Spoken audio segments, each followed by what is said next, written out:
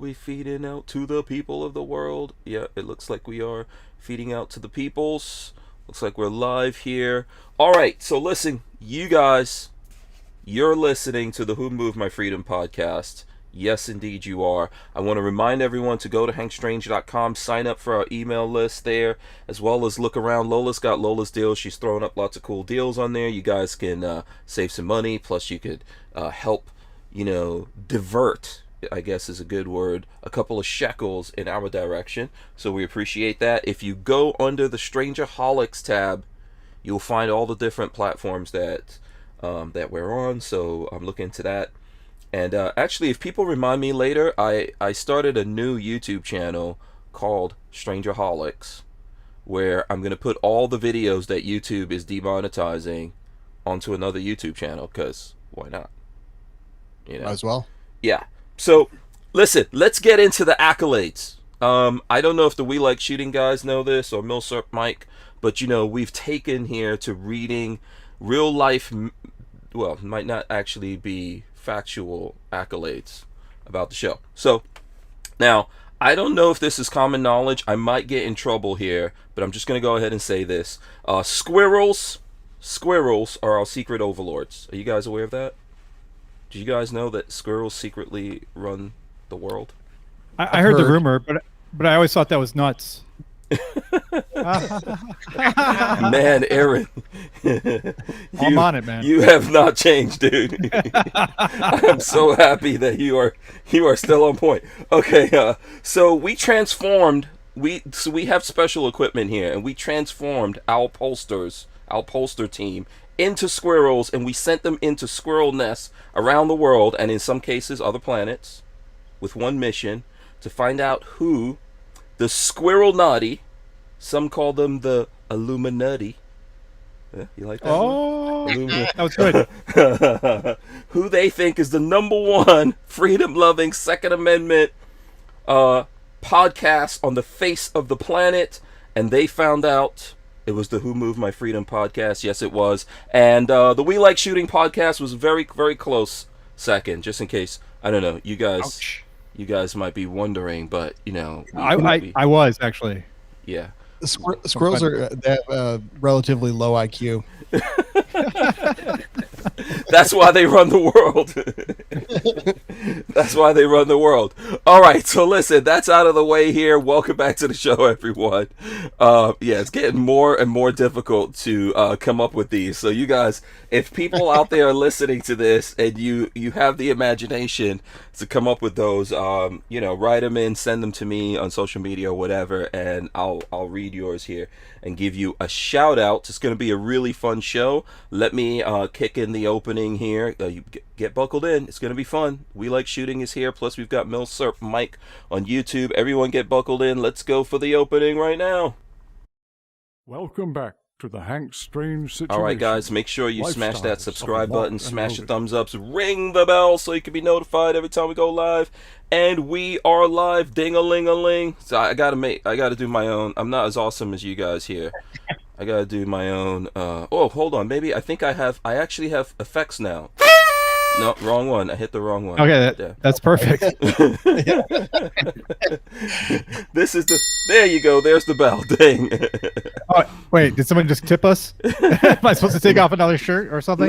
No. We have Yes. just wait until if anyone does give us money, it's a whole different thing. You guys ever heard of Gorillas and Guns? You know Gorillas and Guns? Harambe. No. Gorillas and Guns. He's on here. He's on quite a few podcasts out there, and he did a really cool a money thing for us that you've heard of him, right, Milsurp Mike? Yes. Okay, so listen, let's do this because I'm like losing my place. Let's first of all do jazz hands. Let's be traditional.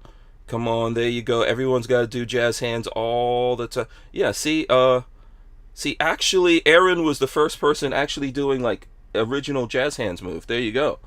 All right. I hope you guys. I spent a lot of time in the jazz hands club at college, so yeah, I can imagine. That's how you got out of there. This absolutely. is, but with a degree. Yes, absolutely. This is episode 768 of the Who Moved My Freedom podcast. Our guests are Shawn and Aaron of We Like Shooting, WLS, joining us, as well as Milsurp Mike on YouTube. What's up, guys?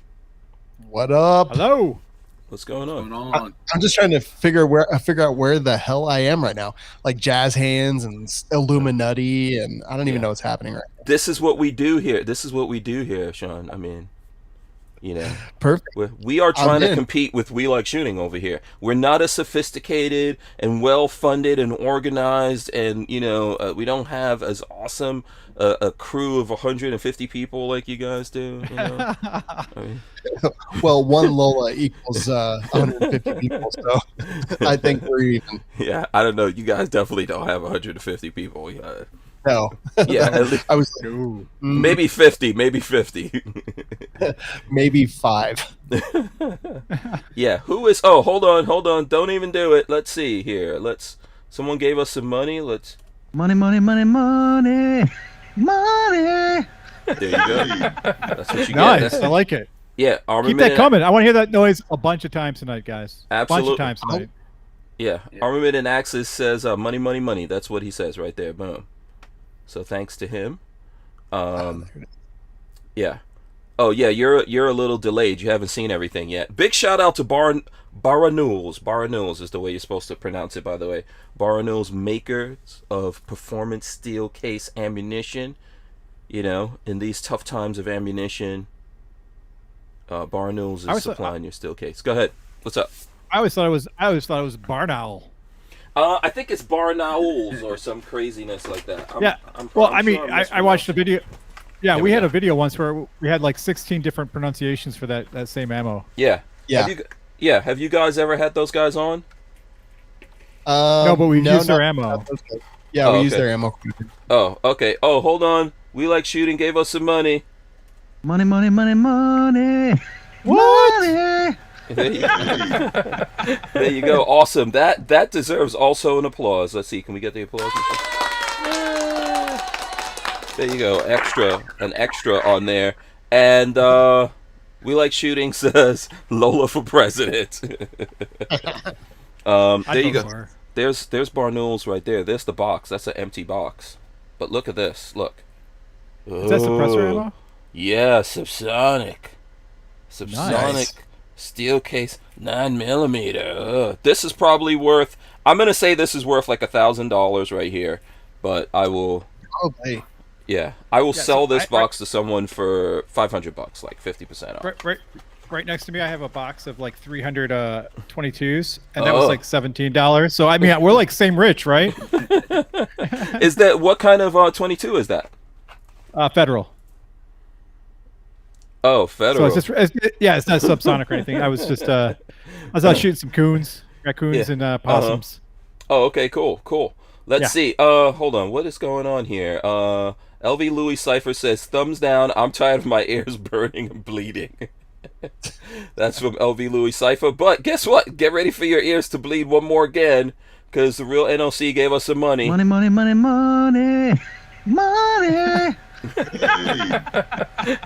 Come on, that's the sound of a gorilla angel in the mist. I love it. Right there. Like it, Yeah. The real NOC. But it's not. Huh? Yeah. No, go. You finish your part. I was just gonna say that I think I'm the only silverback here, though. Oh, right now, at the I mean, if we get people's T-shirts off, that might not be true. Aaron's the only guy I know that's like, yeah. No, you go ahead. Anyway, I'm going to say what I was going to say. I'll let you finish, but hear me out here. Listen, it's all good. I don't want to step on Aaron's comedy. Okay, this I know. I'll just let him roll with with whatever he has to say. So, real NOC gave us a couple of bucks. He says, "Hi, white people from Wakanda." There you go. Well, as a white person, I appreciate that. Yeah, absolutely. And hello, black people, back to you. Yes. I am a representative of Zamunda myself, but yes. I rock for Zamunda. Any other preferences here? Mike, you know any any imaginary nations you want to represent? Detroit. Yeah, what's a Oh, that's cold. That's cold. I was gonna. Elbonia. Huh? Elbonia. Elbonia. What movie is Elbonia from? Hold on. No. What's Elbonia from? I think it originated from a Dilbert cartoon, but that's to Oh. Ian McCollum. Ian McCollum's been doing Yeah. Elbonian military weapons from. Oh, okay. Yeah. I knew that sounded familiar a little bit there. So, what other fantasy white people nations are there out there that just the white people can claim? Anywhere in Middle Earth. Yeah, true. Middle Earth. Ann Arbor. Yeah, there you go. Any place in the upper UP of Michigan. Those are all imaginary. Listen, now this is okay. So now Elmerman and Axis gave us some more money. Money. Yeah, okay. This is gonna be the whole show. He says LMAO KD. So there you go. And so shout out. You guys know Kevin Dixie, right? Oh Yes, yeah, we do. yeah. Yeah. Yeah, we like Kevin a lot. I'll actually be seeing him, and I think you'll be there as well in like a little over a week or something. Yeah. I think that's Memorial Day. Yeah, like 10 days from now, I believe. Yeah, the NOC event. He says, man. glad we can laugh. Lord knows we need it. That's from KD. Yeah, you might be seeing me. Definitely, you're gonna see Shawn out there at that event. I'm still, you know how I am, Shawn. I do know how you are. I hate commitment. I thought I saw a post or something that said you were going to be there. I don't know. Maybe. No, I'm gonna try to. We're gonna definitely be on the road in the van, so we're gonna try to roll through there because it's a whole weekend, lots of good stuff. What are you doing over there, Shawn? What are you teaching the people of St. Louis? What are you bringing to the people of St. Louis? I don't remember. I'll have to ask Kevin right before, and then we'll figure it out. You don't remember? No, it's something about podcasting or I don't know, something like that. I'll write it like the night before and just see where it goes. That's what I usually do. Something about podcasting. Yeah, something about podcasting. This sounds so exciting. Well, it'll be fun because like I'll write an outline the night before, which is what I generally do, and just see what happens. I spoke at the Professional Outdoor Media Association once to a room full of people, and I literally figured out what I was going to talk about on the walk to the place. So that's generally how I roll. But yeah, I'll talk about podcasting, community building, and just answer questions, open it up, and see if anyone has anything. Yeah, Shawn just likes to talk, so pretty much anything. Yeah. Yeah. We should help. We should help Mike, Aaron, people of the world, Squirrels listening to us out there right now.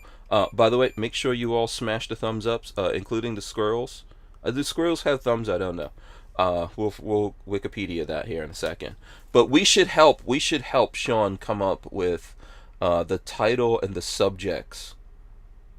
Since we're a podcast, we like shooting as a podcast. We've got the two of the main guys here, right? Can I say that? I think so. Yeah. Yeah, totally. Yeah, Aaron's your number one guy, right, Shawn? Is Aaron your is Aaron your favorite? I don't know. He's more like number two, if you ask me. I was just gonna say maybe he's number one, but I come off as a number two. Yeah. So we can come up with it here. We can help him out. We can help you guys build this. Mike, if you have you had any aspirations to do a podcast? Man, I don't have that much time. I'm barely able to get my videos out right now, but yeah. A podcast, you got to have consistency for that, and I don't have enough time for consistency. I'm just lucky to have the three terrorists out of the house. Consistency is like a bad word. Out of the house for tonight. I looked it up, Hank. I'm going to cover podcasting, how to grow podcasting shows, how to interview, and what shows they should try to be a part of. What shows they should try? Oh yeah, we could definitely help you out with this. We can write this. I think you guys should rewrite it. I see Kevin Dixie said this guy, and he put up the nervous emoji up there. Right. And November 750 William says, Oh, this is kind of cruel. He says it's the fat guy from We Like Shooting. Oh, Which fat guy? There's several one? here.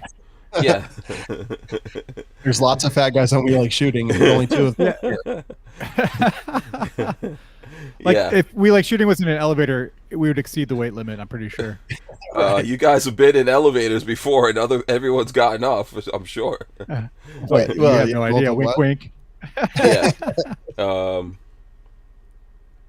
Yeah. Let's see. CJ says We Like Shooting podcast just sub because you're from St. Louis. Hour from me. So Nice. there you go. So to our main channel. It's on the other side of the state. Yeah. Yeah. And Edward Andrews says you can call it How to Podcast Like the King, Hank Strange.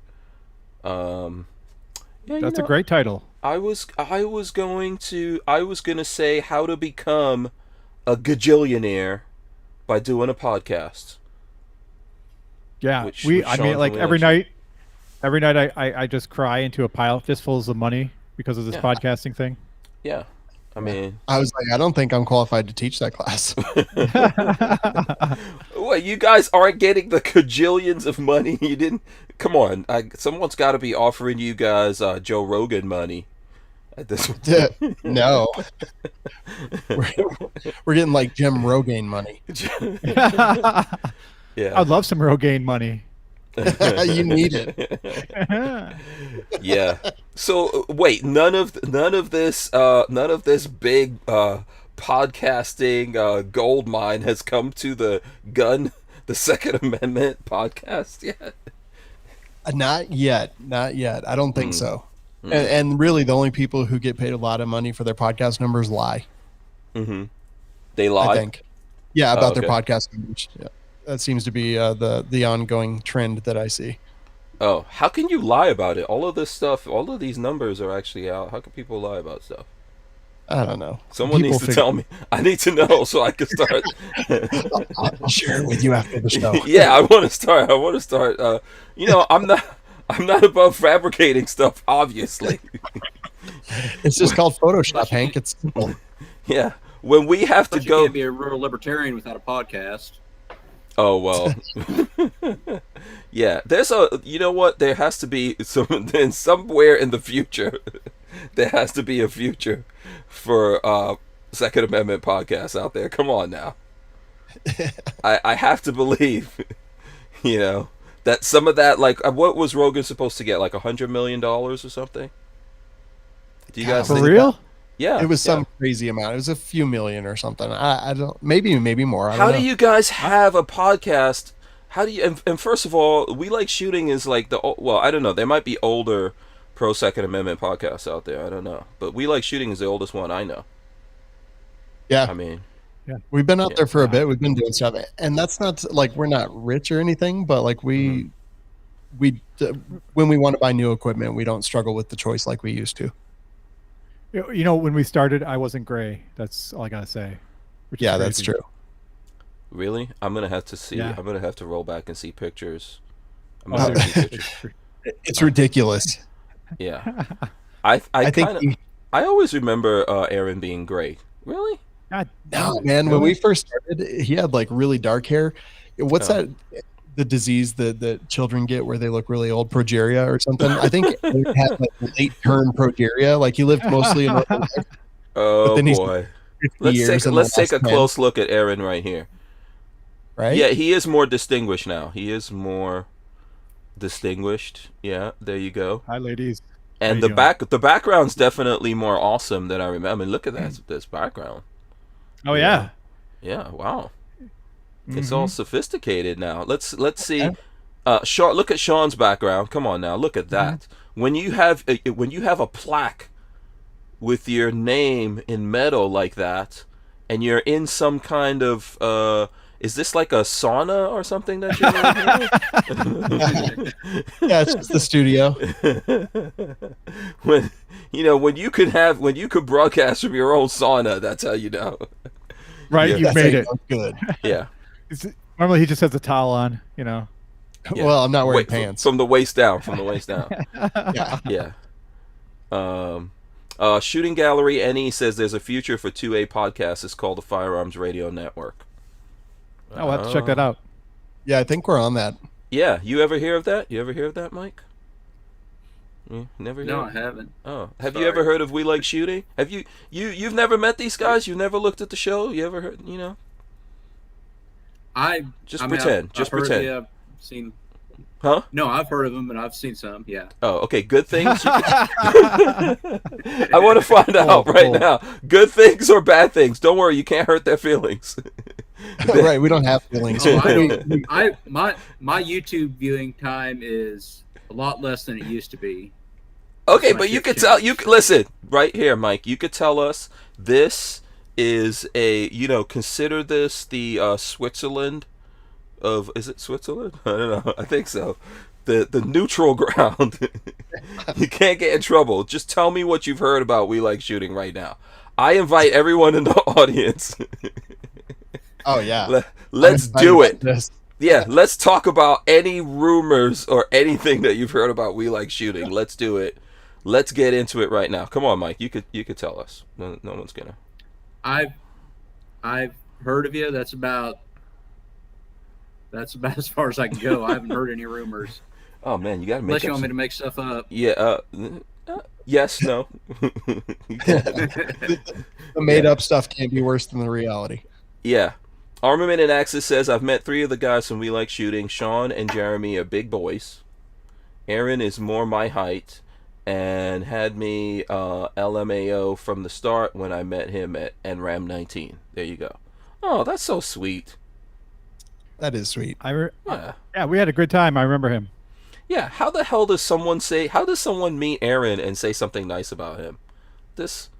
What's happening It's here? Usually, it's usually unmarried men. Oh, I got it. Right, I see. Yeah. This is where Aaron disappears at the shows. Right. Now it all makes sense. You know what's going on, Shawn. He's like, I do. taking one for the team. Taking one for the team. I mean, I've been pimping him out for years. Yeah. Yeah. Come on, no one has any juicy stuff about We Like Shooting. Come on. There's got to be some juicy stuff out there. Yeah. I heard they sporterize Milsurps. Only Mosin. Yeah. What kind of sporterization have you guys done? I took an. I don't know. Maybe made that Hello Kitty Mauser that you always see on the internet. Hell yeah. No. Yeah. No, actually, I like no. I like my Milsurps just kind of stock actually. So like my SKS and my Mosin are all stock. The only sporterized thing that I have is a 1903 A3 that I bought sporterized, and but yeah, I try not to mess up my old stuff. Yeah. I've been known to You mess never up. want to do that. Yeah, I've been known to mess up an AK in the past. I don't think I would. You know what? I wouldn't do that now. But in the past, I have. I have sporterized it. Yeah. Yeah, I actually took my AK that was all sporterized and I restored it to its former glory. Oh, you went? Yeah, you did a reverse on it. Would you like wood furniture or? Yep. I think I threw some Romanian wood on it. I bought like a Kalashnikov USA, and it was just totally CAA'd up, and I tore all that stuff off and threw it where it belonged, and then I put just a Romanian wood set that I finished myself, sanded and stained and did all the stuff, and it's off now. Nice. So now that's so funny because I did the exact opposite. Probably. Now my AK is all like I have an AK that's just all sporterized versus the wood, just yanked it all off. Yeah, so there's a picture of me I'm sharing from when when We Like Shooting first started. Where are you sharing it? Hold on here. Let's see. Boom! Oh, I do remember that guy. Hold on a second. Yeah. Ladies, look out. Look at that youngster. Wow. Yeah. What is that? What kind of jacket are you wearing right there? What is that? It's a canvas jacket, but it says Detroit. Yeah. Yeah. Oh my lord. Yeah, that was Aaron. That's what Aaron looked like back in the days. Oh my gosh. Yeah. Back in the days. Yeah. My wife misses that guy. Yeah. I bet. Yeah, that's pretty cool. Let's see. Let's see. Juice. The Juice says Jeremy from We Like Shooting supports cannibalism. Truth, actually. Yep. Really? But he's consistent. He also supports a lot of things that like about ownership. Don't ask. Like if it's not 18, you own it. Okay. So you can sell it. Yeah. I always thought that was weird. But cannibalism, he's a big proponent of cannibalism. Thinks that's a great thing, and it would. Help Are you trying to say he greatly. believes in slavery? Where's this No. going? No. Oh no. But like not at all. But like if you have a dog, a car, or a child, they're all the same. They're all worth the same. You know what I'm saying? They're all property until they're an adult. Yeah. Yes. Is Jeremy married? Yes. Yeah, he's got 2 kids now. Hold on a second. Someone married him. Mm-hmm. Okay. Well, Are you it was a sure that shotgun person? wedding, but Are still. you sure she's not being held captive? Did you So at least try to do a rescue? Like, blink 3 times if you're being held against your will. Yeah, like a couple years ago, Nick and I just decided we were going to go visit Jeremy. So we just literally like booked a ticket today to fly to Ohio tomorrow, and we just showed up to hang out. And his wife thought we were idiots because the entire time we were like, "So you're in this willingly, and like you're not being held captive? Do you need help? Like we'll get you help." And no, she seemed like she was actually there willingly, and it was just weird. Wow. Yeah. So he's not that bad then. He can't be that evil. Oh, I'm sure he's a horrible person, but maybe she just is immune to it. I don't know. Yeah. Yeah. Well, Maybe she's cannibalism. I don't know. Yeah. Mm-hmm. Yeah. It's at least if one person on the face of the planet has to think that you're a good, decent human being, it has to be your wife. Yeah. It's like mandatory. Yeah. I wish. Yeah.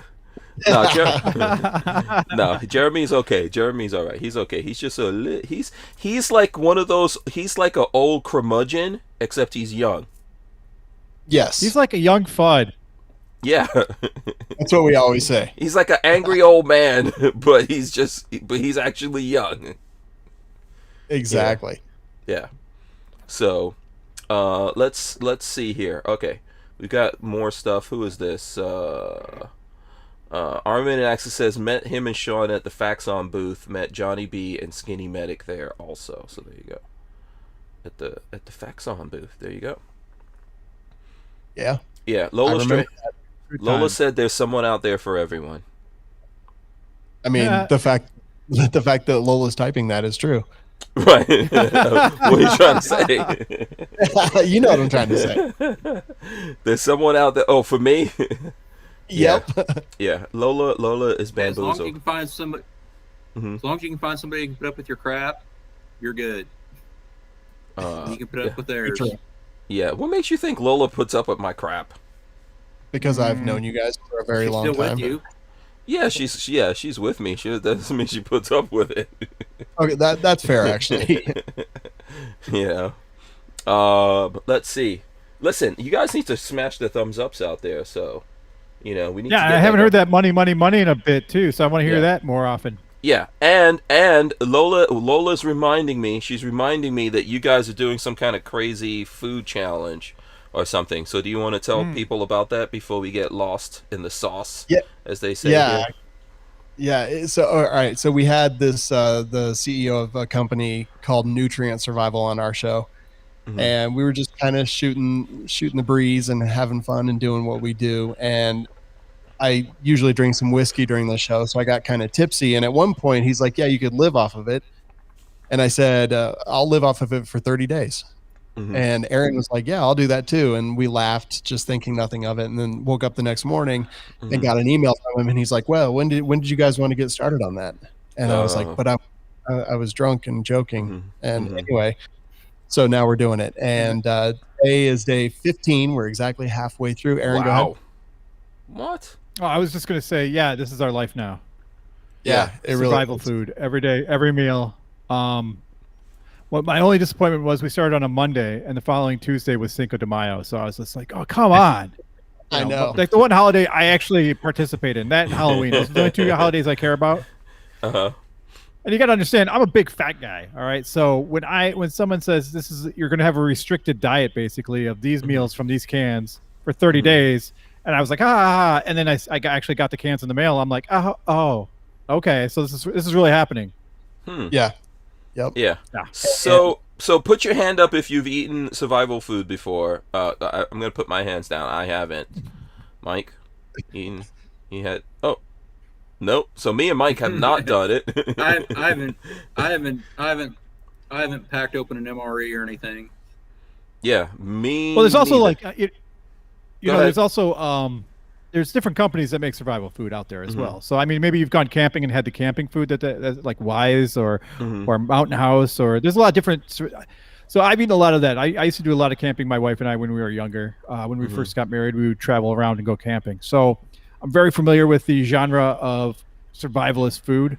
I'm going to say that this brand, Nutrient Survival, is actually really tasty. Like a lot of the foods that you'll get from survival foods are super salty, and just dry, and it's just I don't know how to describe it. It's like eating gravy in a lot of those cases. This stuff is actually real food, and like they had this one stuff I've been making the other day was eggs, and it's like you powder, you add water, you mix it, and you put it in a frying pan, and you've got eggs. It's amazing. And it tastes like eggs.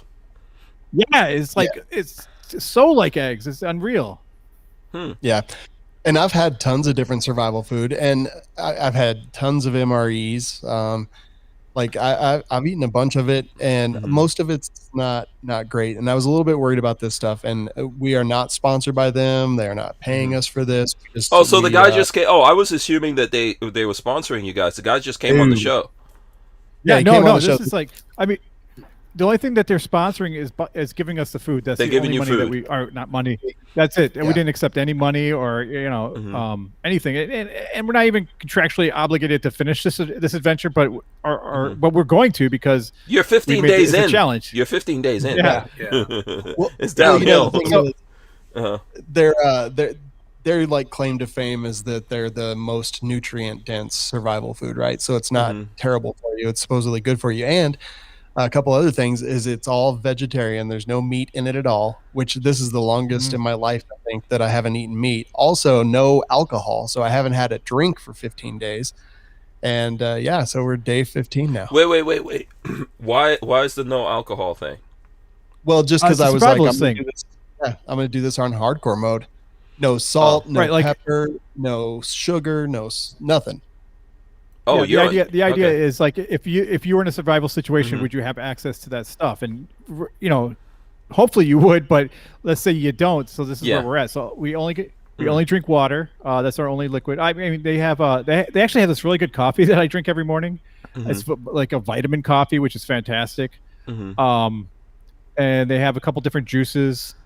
One's a revival. What is that, Shawn? One's a Did you guys bring samples or something to show us?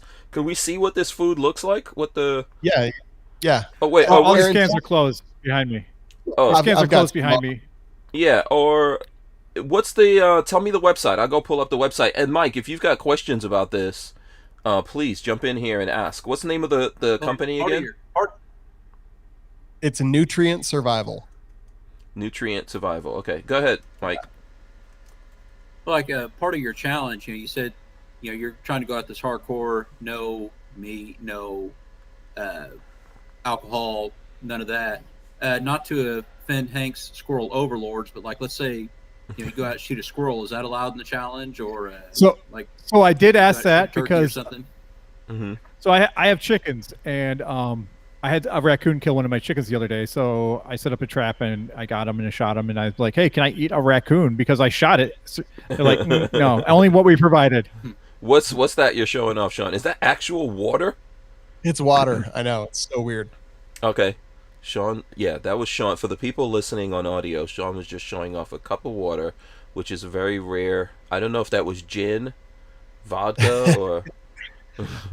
I kind of wish, actually. It's crazy. Yeah, I'm sorry. Aaron's answering this question. So you asked the guys, you asked them if you could eat that raccoon. Yeah, or a possum, because there was a Yeah. possum the next night, so I Right, like double dipped on this whole thing. But no, we you can't eat it. We're just surviving on their food, not food that we forage for. Okay. So we're keeping a lot of stats involved with this, so it's not just like, hey, we're eating your food every day. There's a lot of we write down all the meals. There's a huge chart that we follow, and I'm sorry. I'm rolling in the website right now. Go ahead. Yep. So we have to, we write down our breakfast, our lunch, our dinner, the snacks they provide, what we drank. So we have to hit all these markers, and then we get points for that. So I didn't really read the rules when we first started, so I didn't really hit all the, like some days I ate some of the food and then I just didn't eat meals. I wasn't hungry. So I missed a couple meals, so I didn't get all the points. And now Shawn's got like what, 30 points on me, Shawn? 70 Almost points. So Shawn's 70 points ahead on this challenge. No, I'm like 80. I'm almost 90 points ahead of you. Dude, there's cookie cans. There's cans of cookies. Yeah. Oh, Yep. dude. So I ate. Hold on a second. Yeah, those are the snacks they provide. They have. So Okay. The cookies are good. I do enjoy the cookies. They also have these peanut butter bars that taste like almost like, if I had to describe it to something that maybe people would be familiar with, like a Cliff Bar. One of the big things you have to watch out for is so going on to this meal, as every meal, you're getting 125% more fiber, or 125% fiber for the day that you need. So at first your body's like, what? Or your yeah. So basically, are you living on the throne? Are you living on the porcelain throne the first couple of days? I don't know. Yeah. Well, it goes through you. But like since then, I become the most regular guy in the world, right? So I normally I'm like 3 times a day. I'll just like, oh, it's time to go, and I'll just go. Now it's like once a day maybe, and it's like normal poops, and not just like me spraying out my butthole sneezing like, Okay, this is all. I'm sorry for that description for those listening. The people listen. Yesterday we were talking about how people can breathe through their butts, so it's all right. I saw that. That's crazy. Yeah. I had no idea. Yeah. Yeah, you can look it up. It's a thing. So, okay, I don't know, Mike. Was that a good answer to your question there? Did you have a follow up? I know. No, I was just wondering if, like, you could go out and shoot some tree chicken, or like if you had chickens, you can use eggs. But yeah, that answers the question. The challenge is. These guys are pure. Yeah, these guys are pure. They're assuming that it's the zombie apocalypse, and it's possible that squirrels and all that other stuff are zombies. Maybe I was just kind of going into it like, if this is a food, and if it is the end of the world, or the grocery shelves are empty because of the next whatever, and can I live on nothing but this without any major health stuff, which is the reason that we're tracking all that stuff. Yeah, so it's like the guy who had McDonald's or something, right? Like only ate McDonald's every day. Yeah. Okay. Kind of like that. And I'm pretty shocked so far. So we're 15 days in. It is pretty tough, like the whole thing. But so my diet before was eating out like twice a day, minimum. So we would go out for lunch every single day to a restaurant or fast food, and then for dinner we would go out for lunch and fast food. I was constantly eating like cookies and candy and cake and stuff just before bed, and terrible. I got up to about 255 pounds, and then we just started this. Like I got back from vacation and we started the next day, and so far, like, it's been actually pretty great. So I went from about 3,000 to 4,000 calories a day just from the crap that I was eating. And on this diet, or it's not even a diet, on this challenge, I went down to about 1,350 calories a day. Yeah, Lola's asking if you lost any weight in the past 2 weeks. Yeah, I've lost 20 pounds. 20? Oh, okay. Yeah, 20 pounds. Yeah, what about it? Go ahead. About and then 15. 15 for Aaron? 15. Okay. Wow. Well, yeah, if you're was 3,500 calories per pound. So if you're, getting rid of 3,000 calories a day, makes sense. Yeah. Yeah. I eat donuts every day. I miss my donuts. You missed them? I miss them. Yeah. Yeah. You know what's crazy though is I've always had hereditary high blood pressure. Like as a teenager, high blood pressure just because it was in my genes, and been taking meds for as long as I can remember. And literally 5 days into the challenge, because my salt and sodium intake was pretty much eliminated. I've been taking my blood pressure every single day, and like 4 days into the challenge, it was starting to go down, and then it started getting actually low. So I quit taking my meds and talked to my doctor, and she's like, yeah, take them if you need them, but otherwise you're fine. So 15 days in, like, I'm barely taking blood pressure meds. Oh, cool.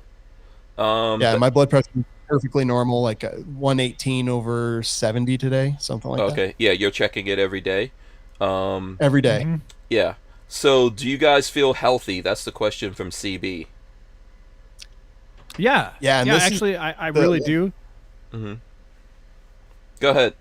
And Right, John. this is one of the things actually, is yes, like I thought I'd be starving constantly, and I thought I'd feel terrible on energy. I feel great. Aaron, how about you? Yeah, I feel great, and my energy levels is really good. And like Shawn said, I'm not hungry. You know, again, we have to eat 3 meals a day, and we have to eat the snacks. And like I've had my 3 meals for today, and I'm like, I'm pretty full. I still have to eat 2 sets of snacks. You know, I still got to eat those. It's like wait. Hold on a second. Why do you have to eat the snacks? This is for the points. You got to get the points. Okay. So if you eat all the meal, besides, if I just eat the 2 or the 3 meals today, I mean, I'm only hitting maybe 850, 900 calories. So Okay. you gotta add those snacks in just to backfill what your body really needs. Okay. But Interesting. yeah, I mean, like for breakfast, I had some it was almost like Cocoa Puffs, you know, the Rice Krispie chocolate Rice Krispies. So I had that for breakfast. They have for lunch. I think I had some. I made eggs actually for lunch, which were really good. I made a big omelet for myself. And for dinner, I had lasagna, which was phenomenal. The lasagna is like, honestly, if you're going to buy something from them, buy the lasagna. It is fantastic. Okay. My favorite. Yeah. Yeah.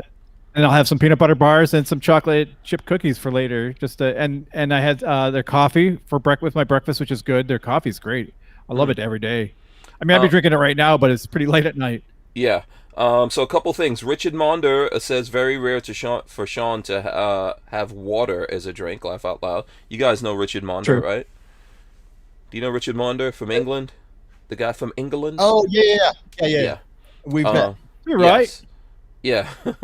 So let's see. Double B says, "What's up to you guys?" Check your 6 says, "Was that dehydrated water?" No. Yeah. But it is. I only drink powdered water. Yeah. Oh man, it's pretty crazy. Like no meat and no like alcohol for 15 days now. It's like, and Lola asked earlier, has anyone cheated? No, actually, not even a little bit. Yeah. Listen, it's so funny because I mean, I live with my family, you know, obviously because I'm a good person, but I've got today I cooked dinner for everybody, and that's torture. I don't know what that means. I mean, that was subliminal jab at someone, right? It was. No, I'm like, no. I'm not saying anyone's but I'm just saying I'm not.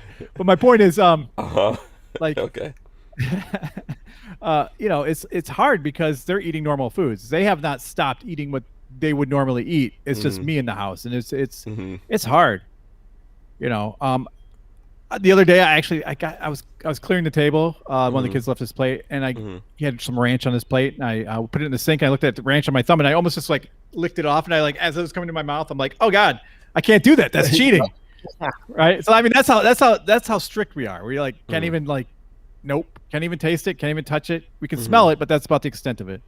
Oh, wow. Yeah, this is great. So this is interesting. Do you guys have codes? So, I know that they're not sponsoring you or paying you guys. Did they give you codes or something? Like none of that, huh? Oh. No. Wow. Okay. Awesome. So, one of the things is that they give us challenges every week so we can earn more points. This last week was what was it? Last week was Wait. I'm sorry. Hold the on one newlywed second. game. Is this a competition between you and Shawn, or? Yes. Yeah. Oh yeah. Oh, yeah, okay. yeah. I missed this. I missed that part. Yes. Okay. That's how we get points. So, Okay. Shawn's in the lead by not 80 points, and I'm catching up 90. because I'm doing better than he is. You're not. But they give You're not close. They're giving us challenges every week. So, Okay. yeah, I won the last challenge. So I got some extra points to catch up, and then this week there's another challenge that we did, which we'll talk about tomorrow. That'll drop tomorrow. But the first challenge was the newlywed game, and see who knew each other better. They asked us 5 questions about the other person, and we wanted to see who knew each other better. Yes, it was. And who won that? so Who a lot knew, about Shawn. who knew the other person better?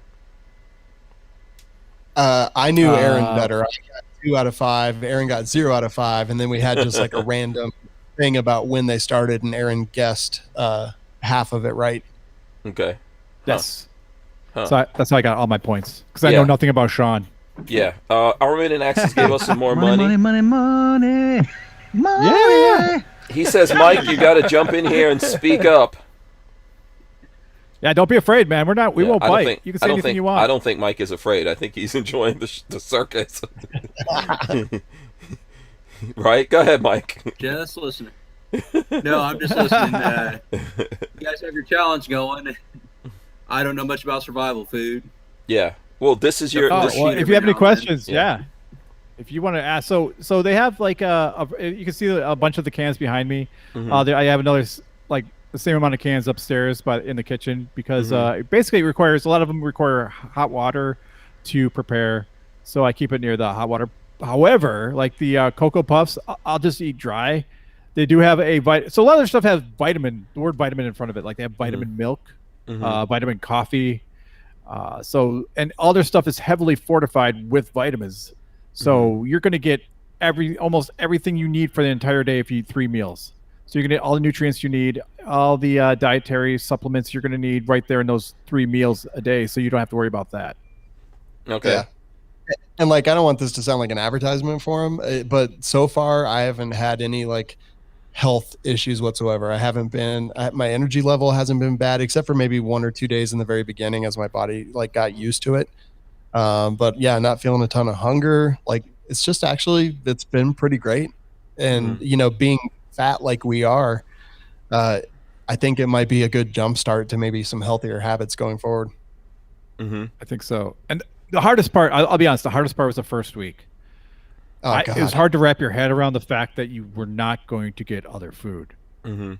And the problem is, like, Shawn and I are so competitive with each other that I refuse to quit because he's still in it, and he refuses to quit because I'm still in it. So we just keep pushing each other because like, I'm not going to quit. I'm going to fucking beat Shawn. Oh, excuse me. I'm sorry. I'm going to beat Shawn. No, you could curse if you want to. Okay. Oh, thank God. Yeah, it's all right. And Shawn's gonna be like, I'm gonna beat Aaron. I'm not gonna lose that guy. So we're both pushing ourselves really hard to win this, and we both refuse to lose. Yeah, that's always a good way. The buddy system of working out, losing weight, doing lots of things. Right, you drag each other through it. We're like kicking and screaming. We're not even working out. Like, so we have to do a limited to get full points for the day. We have to do a little bit of cardio. So I just like go walk the dog with the intent of getting like my 30 minutes of cardio in every single day. But it's been rough. Like one time I was out walking late at night after I got home because it was the only time that I had that day to actually go do it. But yeah, it's a trick, man. Like living on just they have a lot of stuff, but when you think about it, it is a limited menu, right? As opposed to 10,000 choices we all have every other day. But man, it's like mentally, it'll mess with you a little bit. Would you agree, Aaron? Oh, completely. Like I don't want to say I was getting stressed out about it at the beginning, but I was getting frustrated. I'm just like, that's not what I want. I want to eat something else. I don't want to eat this food, but this is what you have in a survival situation. This is all you're going to get, and this is what it will be. Yeah, Ray Bozzolo says, I always wondered why people think they will have time to eat when shit hits the fan. Yeah. there's multiple things to that. It's what's shit hitting the fan. It's relative. Like, did an asteroid hit the planet and we're all, or most people die? Or is it like Right. a civil war, or is it just like an apocalypse for you, that you lost your job and your wife loses her job, and and then someone gets sick and all that. There's different things that could happen. Mike, jump in here. Give us some commentary on this. If you think these guys are batshit crazy, it's okay to say it, man. They can't hurt you. Oh no, Well, they No, can. They it's- can. They it's, really like shooting, but forget. They can't hurt you.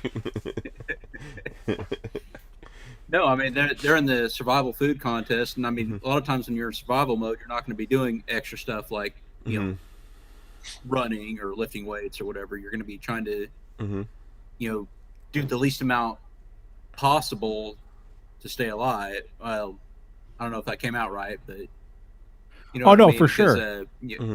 if you're surviving on 800 to 1,300 calories a day, that doesn't leave you much more extra room from just flat out living. So And that became an issue with Shawn, because he's going to be doing a lot of running and gunning in Missouri, or is it Missouri, Shawn?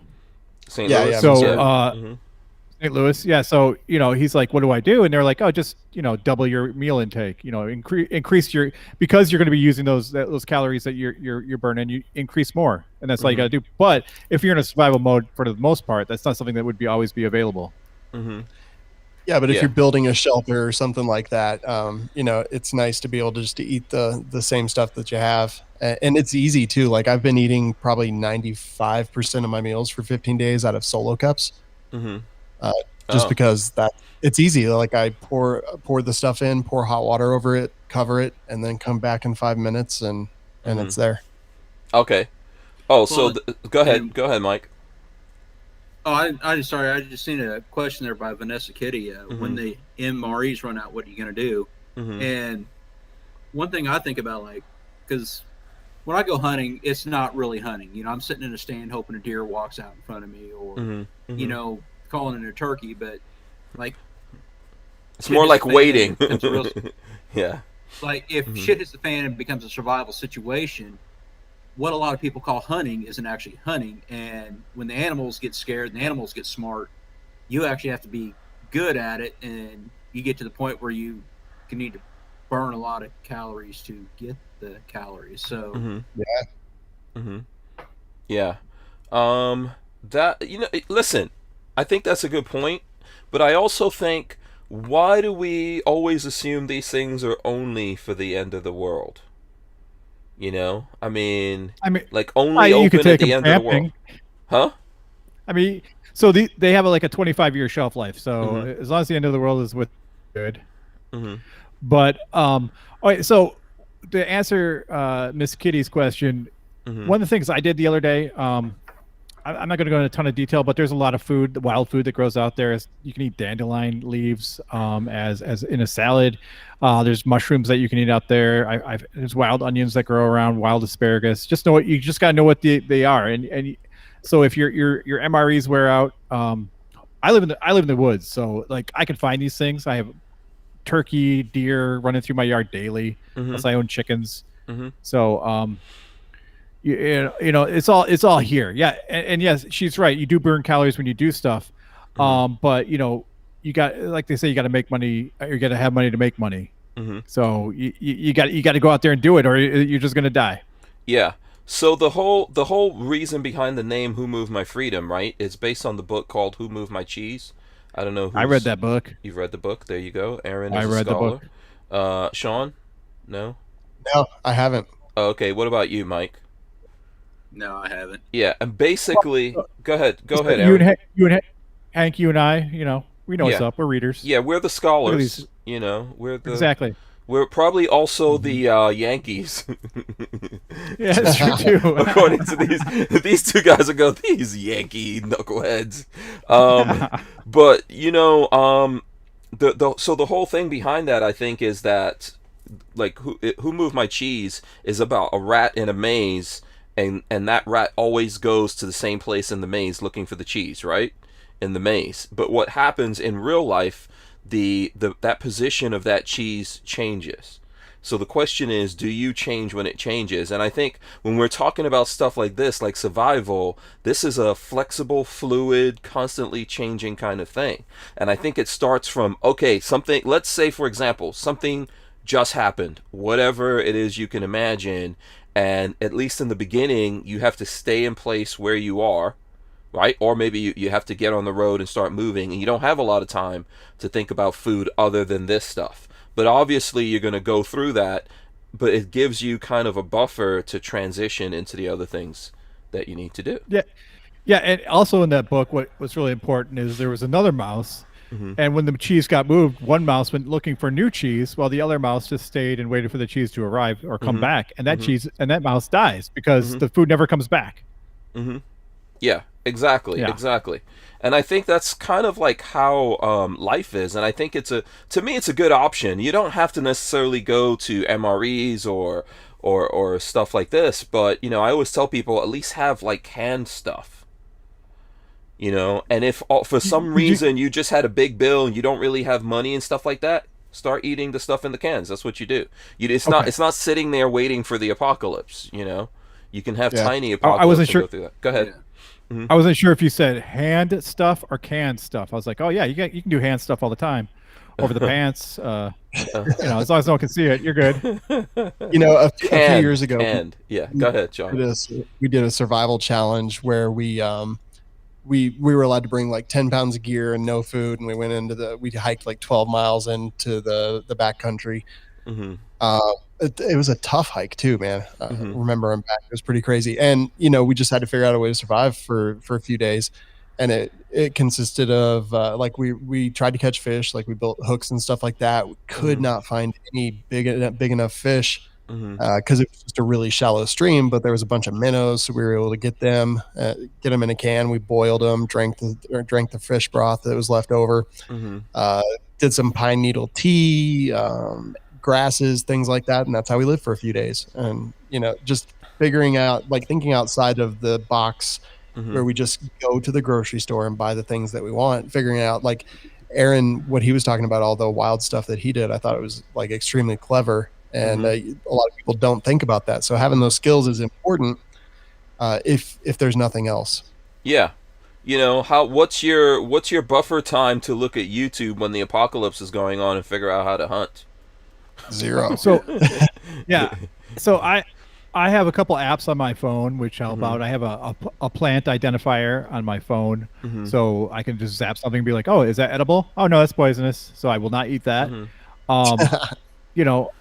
And just being, growing up in the woods and outdoors, I'm pretty familiar with, finding animals and killing them.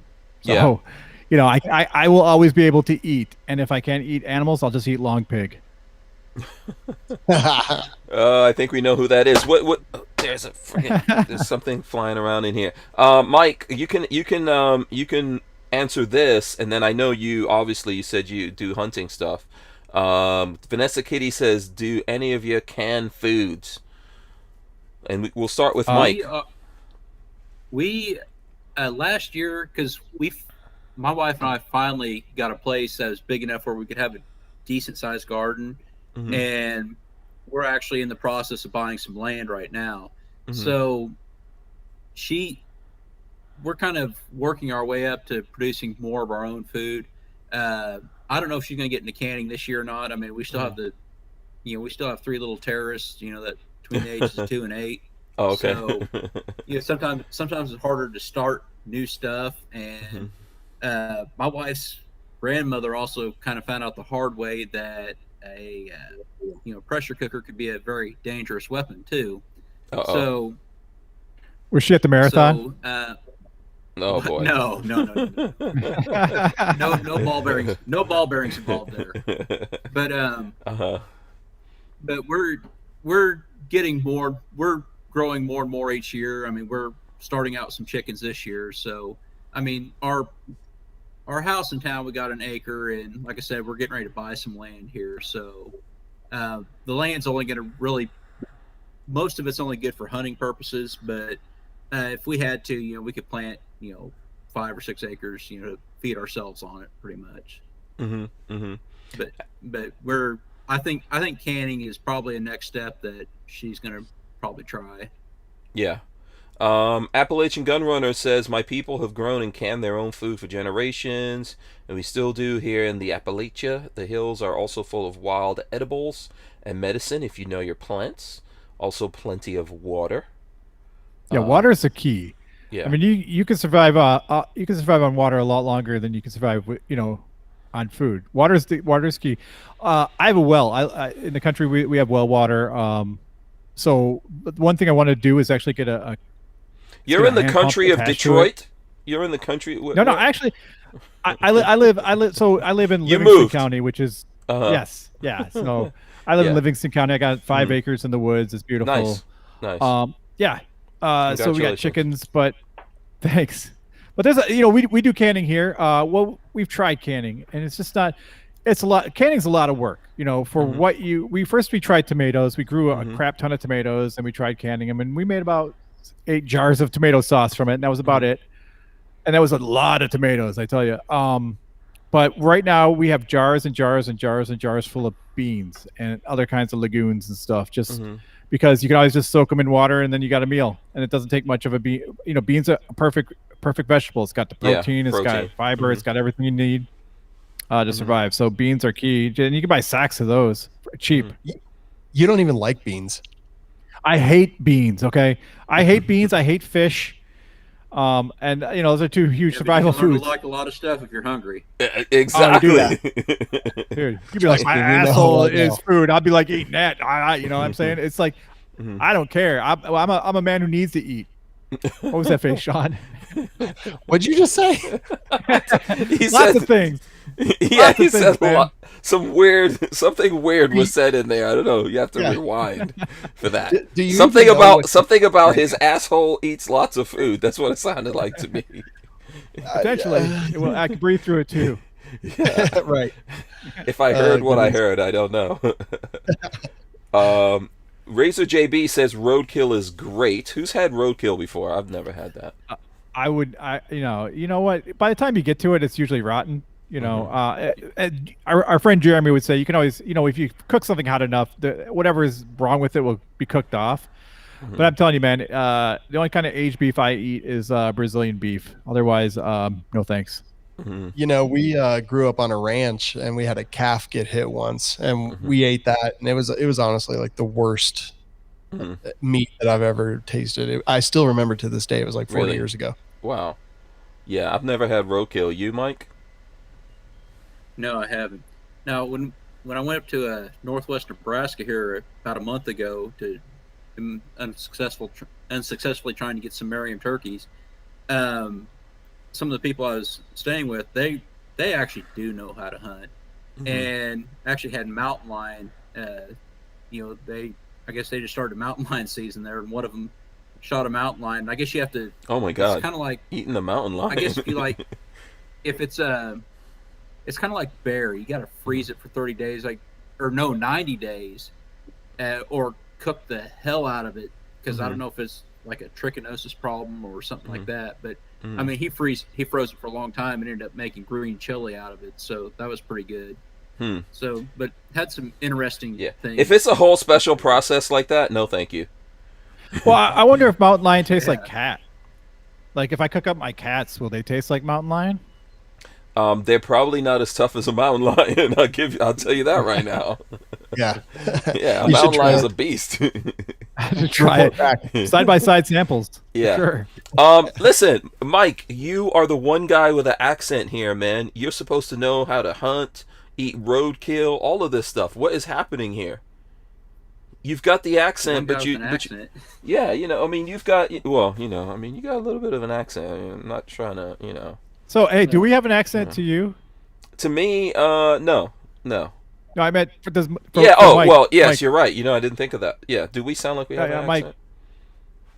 No, I mean, I've not got a bit of a redneck accent, but then again, I lived most of my life in Kansas and Missouri, so. Yeah, so you should have done all of this stuff, man. You should have had like roadkill. You I don't know. know Yeah, if is it's your sister roadkill, hot? but, What's up? Welcome to We Like Shooting Light. I live on the wrong side. I live on the wrong side of Missouri for that. But, Yeah. Oh, all right. Yeah, all I'm right. saying you seem more citified. Okay, let me ask you this: Did you ever like? Okay, I'm kind of city, right? I'm kind of city, but No, I have I'm I saying have like I I've hunt, killed but I've killed my own chickens. Did you ever like? Did your parents ever make you go and slaughter the chicken or something for dinner? no. Whenever we had cattle, or for some reason Dad had pigs for a few years. I absolutely hate pigs. But like cattle, it's just sell them. Whenever they'd have calves, you'd sell them. Mm-hmm. When they're a year old or whatever. Mm-hmm. So, and you kept the heifers for to produce more calves. So no, I mean we'd never slaughtered them. Always bought that at the store. Now, like I hunt. I mean I'll field dress a deer, but usually I take it to the processor just to, they're a lot better at it and they'll get more meat out of it than I think I would. Now I know it's a skill that I really need to obtain. Yeah. Going We're with all the gonna- I think everyone we're- does, Mike. Yeah, I we're agree all with going to you be there. in trouble if an apocalypse hits right now. Now turkeys are easy to No. clean. Turkeys turkeys are like super. yeah. Yeah, because their skin just like basically rips right off, and you're all set. But like Yeah. I cleaned I got a deer a couple years ago, and it was the first time I field dressed a deer or any animal in the wild. And dude, when you cut out the butthole, you're just like, okay, now what? Now you got to reach in and grab the throat and and yank that out. It's just crazy because a lot of people don't realize everything you got to do. You're painting a bad picture here. Yeah. Oh no, yeah. First, but you got to it's cut what you out. gotta Wait, do. hold on. You got to cut out the butthole, then reach through that and grab the throat. Well, you got to cut out the butthole because you don't want any of the intestine tract coming into your contact with your food. You got to be really careful, and then you you got to reach up there. I mean, there's a lot of stuff going on, and you're gonna end up pretty bloody. Not your blood, hopefully. Let's do it wrong. Yeah. But I mean, it's messy, and a lot of people do not know how to do that. And I probably, I did it once. I don't think I could do it again without. Did you without ever take a manual. class? You ever took a class on that? No, I was with an experienced hunter who, okay. Actually I took him and he processed my deer for me, but he's like, you got to gut it. That's the only rule I have So I got 40 acres up in the UP and we were up there and it's like he's like, yeah, we got to clean it here and we'll bring it back home, which is about 8 hours away. So yeah, it was but that was rough too because you're in this little cabin in the middle of the woods and it's like it's the UP of Michigan in wintertime. So it's below 20 out every day, and you're freezing your balls off, in your blind, and this was everyday life for people, just not even like our grandparents. It was like everyday life for them. So University of Florida has classes on this, and I always want to take it. I still haven't taken that class yet, but I do want to take that class. Like they have specific classes where they walk you through all of this kind of stuff. Yeah. The biggest thing is you don't want to puncture the stomach. You don't want to puncture any of the intestines. I mean that's if you get all that out intact, you're good. I mean, I hunt in Kansas because I have a lifetime license in Kansas before I moved out. So Kansas deer season always starts the Wednesday after Thanksgiving. So for some reason, that always is the first cold snap around, like really cold snap around here too. So I don't know what I would do if I actually got into bow hunting and shot something when it was warm out. So I mean, as long as you shoot it and it's cold out, you gut it. I mean, you can. I need to learn how to process it, but like I said, you throw it in the back of your truck and then take it to the the processor the next day usually, because I mean. Most of the deer I've gotten, I've shot it in the evening, and I can't make it to the processor before they close. Yeah. This is this is the way that it is. Okay, real quick here. Lola wants to know what that app was you were talking about, Aaron. I don't know. I'm just scrolling through.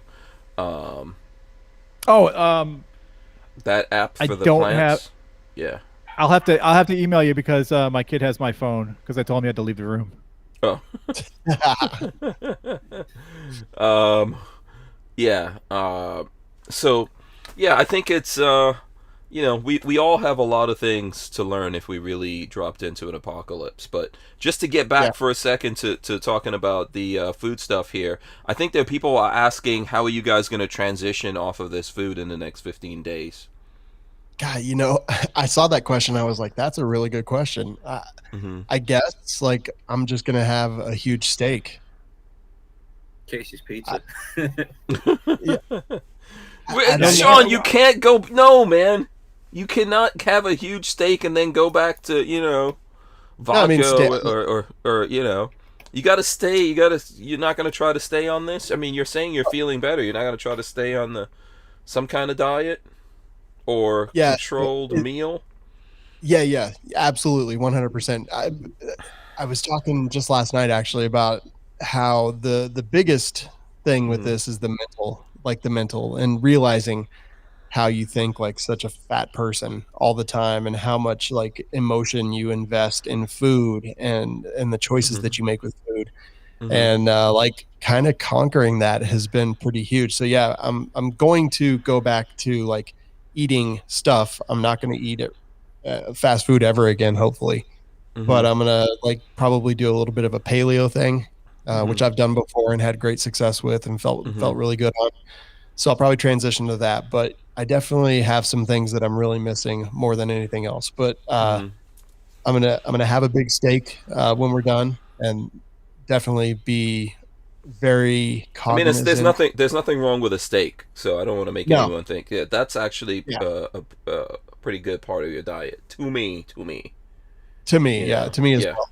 So I'm gonna do that. Try to. God, I haven't had like sugar. I mean, except for the natural stuff that's in the food. So I'm gonna try to continue that. No, I'm not gonna try. I am gonna continue that. Well, like, the reason why I'm asking, like, we always go through this. What are you throwing up here, Shawn? No, this is Aaron throwing this up, I think. Yeah, I'm sorry. This is the app that she was asking. Oh, here we go. Okay, this is the app. Flower weeds and more. Oh, okay, very cool. Yeah, that's okay. So that's a good app to have if you want to know what's going on. You have to pay for it. It's like $9 a year, but it's worth it. Yeah. So for the folks out there listening on audio, it's picture this: identify plant, flower, weed, and more. There you go. There you go. Thanks very much for that, Aaron. Look at how resourceful Aaron is. Yeah, that's amazing. So weird. Yeah. Is he like this on the show? No, he's useless. No. Yeah. You still got a lot more going on. I'm sorry. No, it's fine. So yeah, the thing I was gonna say is, look, we all go through this, right? Lola and I going through this right now, just like everyone else out there. I think as you get older, you need to cut certain things out. I would love to cut out sugar and stuff like that from my diet and figure out a way to be more deliberate, I think, about what I eat. And if I could actually get into a groove of something and staying there, it would be awesome. Because, you get excited about stuff and you do it, and then you drop out of it, and that's always, the worst thing, right? You fall back into bad habits. Well, when you get tired, you make piss poor eating decisions, too. Yeah. Oh, for sure. Yeah. I mean, one of the big things for me was I would drink probably 3 cans of soda a day easily. Diet Pepsi, 3 cans a day. And I'm just drinking water. So, I mean, I'm hoping when I transition out of this, the big thing I'm not going to go back to is just drinking tons of soda because it wasn't healthy for me. Another thing is, so I'm worried about how my body's going to react to actual different foods. Yeah, Lola is saying, your body will crash, Shawn. No steak for you in the first week. Because I forgot, so this stuff is this is all vegetarian stuff. Yeah. Yeah. I mean, if my body crashes, it crashes. Like, what do you mean crash? Like, I'm going to feel like crap for a day? Don't care. He'll fix that. He'll fix that with alcohol. I'm actually going to cut back on that too, honestly. Like, I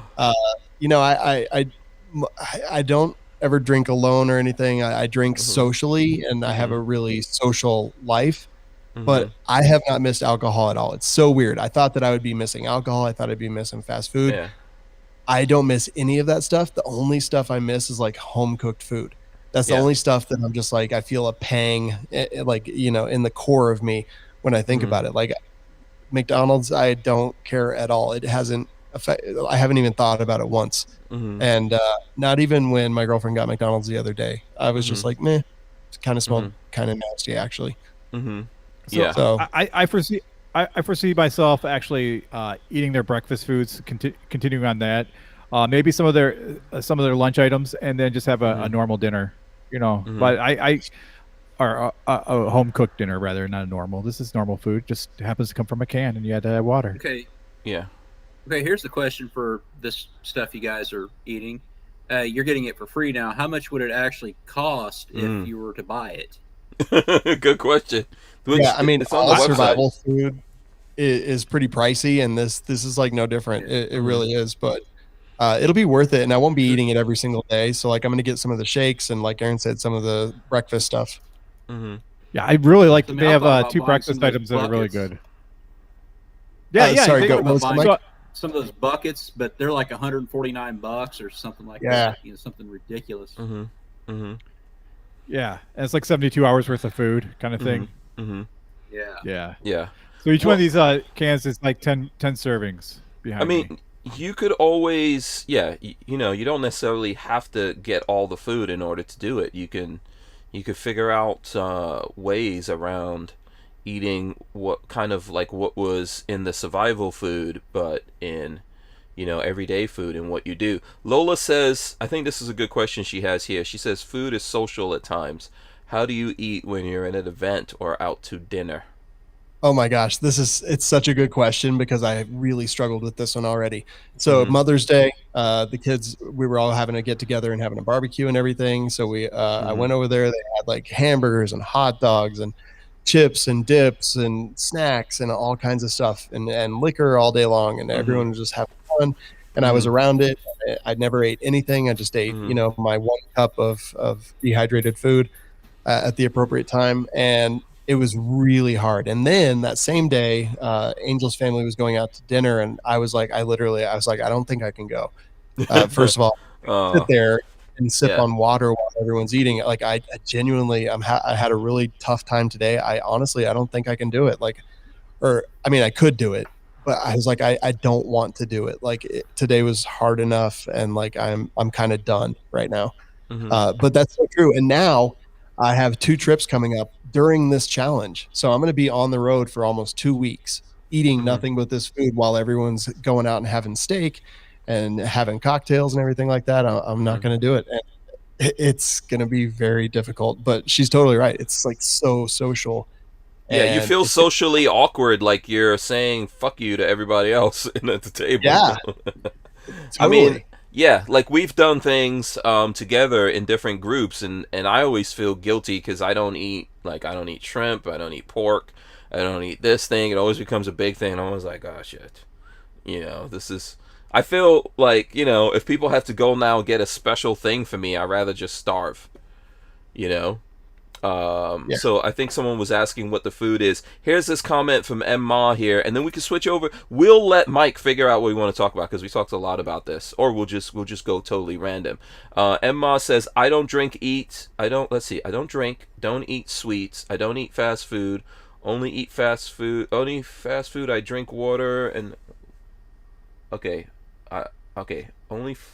fast food I drink water and unsweetened tea. I have cut carbs, my cholesterol in my body is so much better than ever before.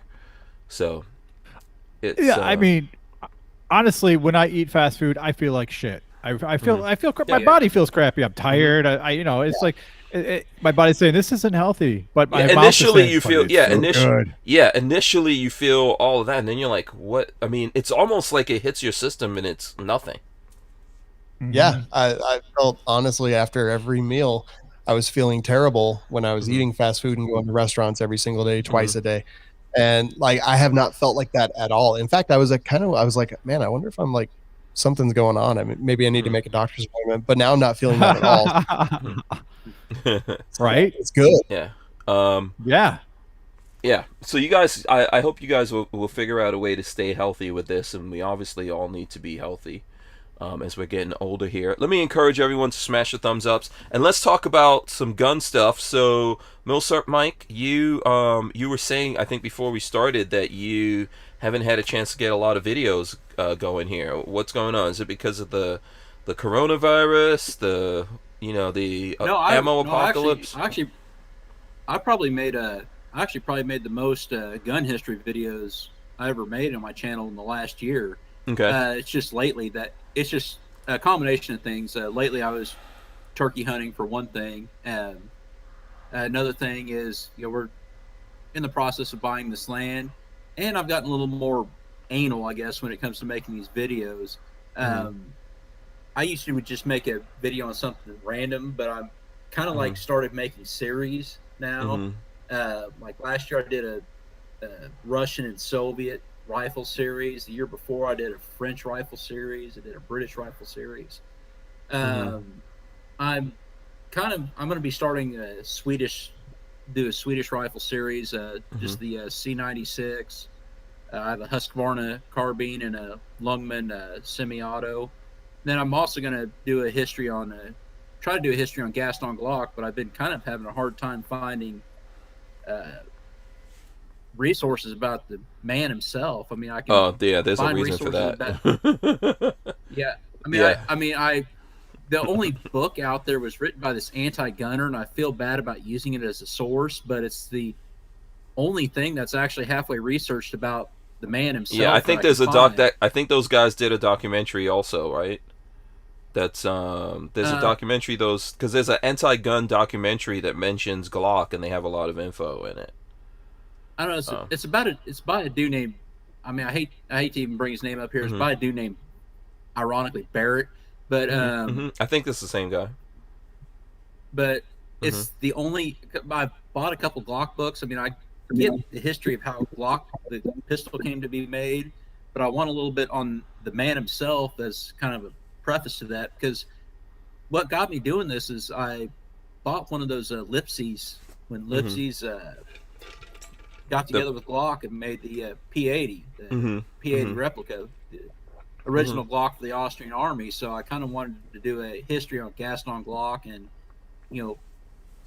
Glock prior to that, kind of like I did a whole history of Mikhail Kalashnikov last year. Actually got Brandon Herrera in the intro on that, but cool. But Glock, I mean, I've just been having a hard time finding a good resource on the life of the man himself. I mean, oh, so you're not doing it on the guns itself? You're not going to be talking about any of the guns? Oh, I'll be talking about the guns, but I like doing. I mean, there's like seeing Arsenal. We'll get into the technical stuff of the guns. I was just thinking seeing Arsenal myself right there. I kind of try to do. I kind of want to be a Cliff Notes seeing Arsenal, and but I want to have more than a Wikipedia based knowledge. So finding the books on everything sometimes can get expensive, and I have a full-time job myself, 3 kids. I can't afford to spend 100 hours a week on a video myself, but you're gonna have to go with a lot of rumor and innuendo because I don't know what Shawn and Aaron have on this, but from what I've seen, Glock for a long time, and I don't know if they still do, but they sued the crap out of anyone who mentioned Gaston Glock or the Glock company for that matter. So that created this effect where there's really not a lot of stuff out there other than like rumors and things like that. You guys agree with that or disagree with that? I have no knowledge on it, but I was actually going to push Mike to really write about the Glock 37, the 38, and the 39, which are no longer made, but they were the ones that used the 45 gap, the Glock auto pistol round that they made. We were just talking about on the show last night. Those were the guns that would use that, but there's not a lot of them out there. There are some in the wild. They were really pushing that to law enforcement for a while. But it was the Gap 45 or the 45 Gap was the round. It was actually made by Glock, and their pistols are the 37, the 38, and the 39 series. You should check those out. Yeah. I might check this out. I'm trying to get the early history right now to go with my Piet ellipses. But you see, you just saw it here, though, Mike. You know, the We Like Shooting guys don't want to talk about it, man. They know about those Glock lawyers. You know? Like, oh, we don't know anything about that. No, we are not aware. We have it was so funny. I was going to do a shooting challenge today, and I was going to use my Glock, but I couldn't find it anywhere. And I'm like, where the fuck is it? And now I'm sitting at my desk. And I remember it's actually underneath my desk. So I was like, oh yeah, it's right here. This is where it's at. Oh yeah. Okay. I forgot I stuck it there. Right.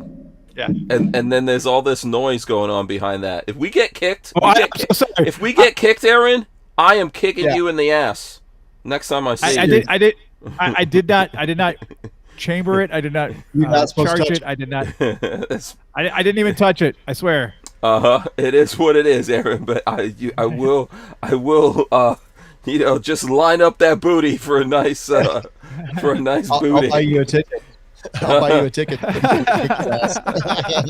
I knew he was gonna do it. I was like, my fingers are I was watching like, here we go. I totally forgot that. I forgot about the YouTube rule about that. That's crazy. We should talk about censorship, huh? Let's talk about censorship. Yeah, I mean, listen. Like, I've been on the show with you guys, and I know that you guys don't get harassed by it so much.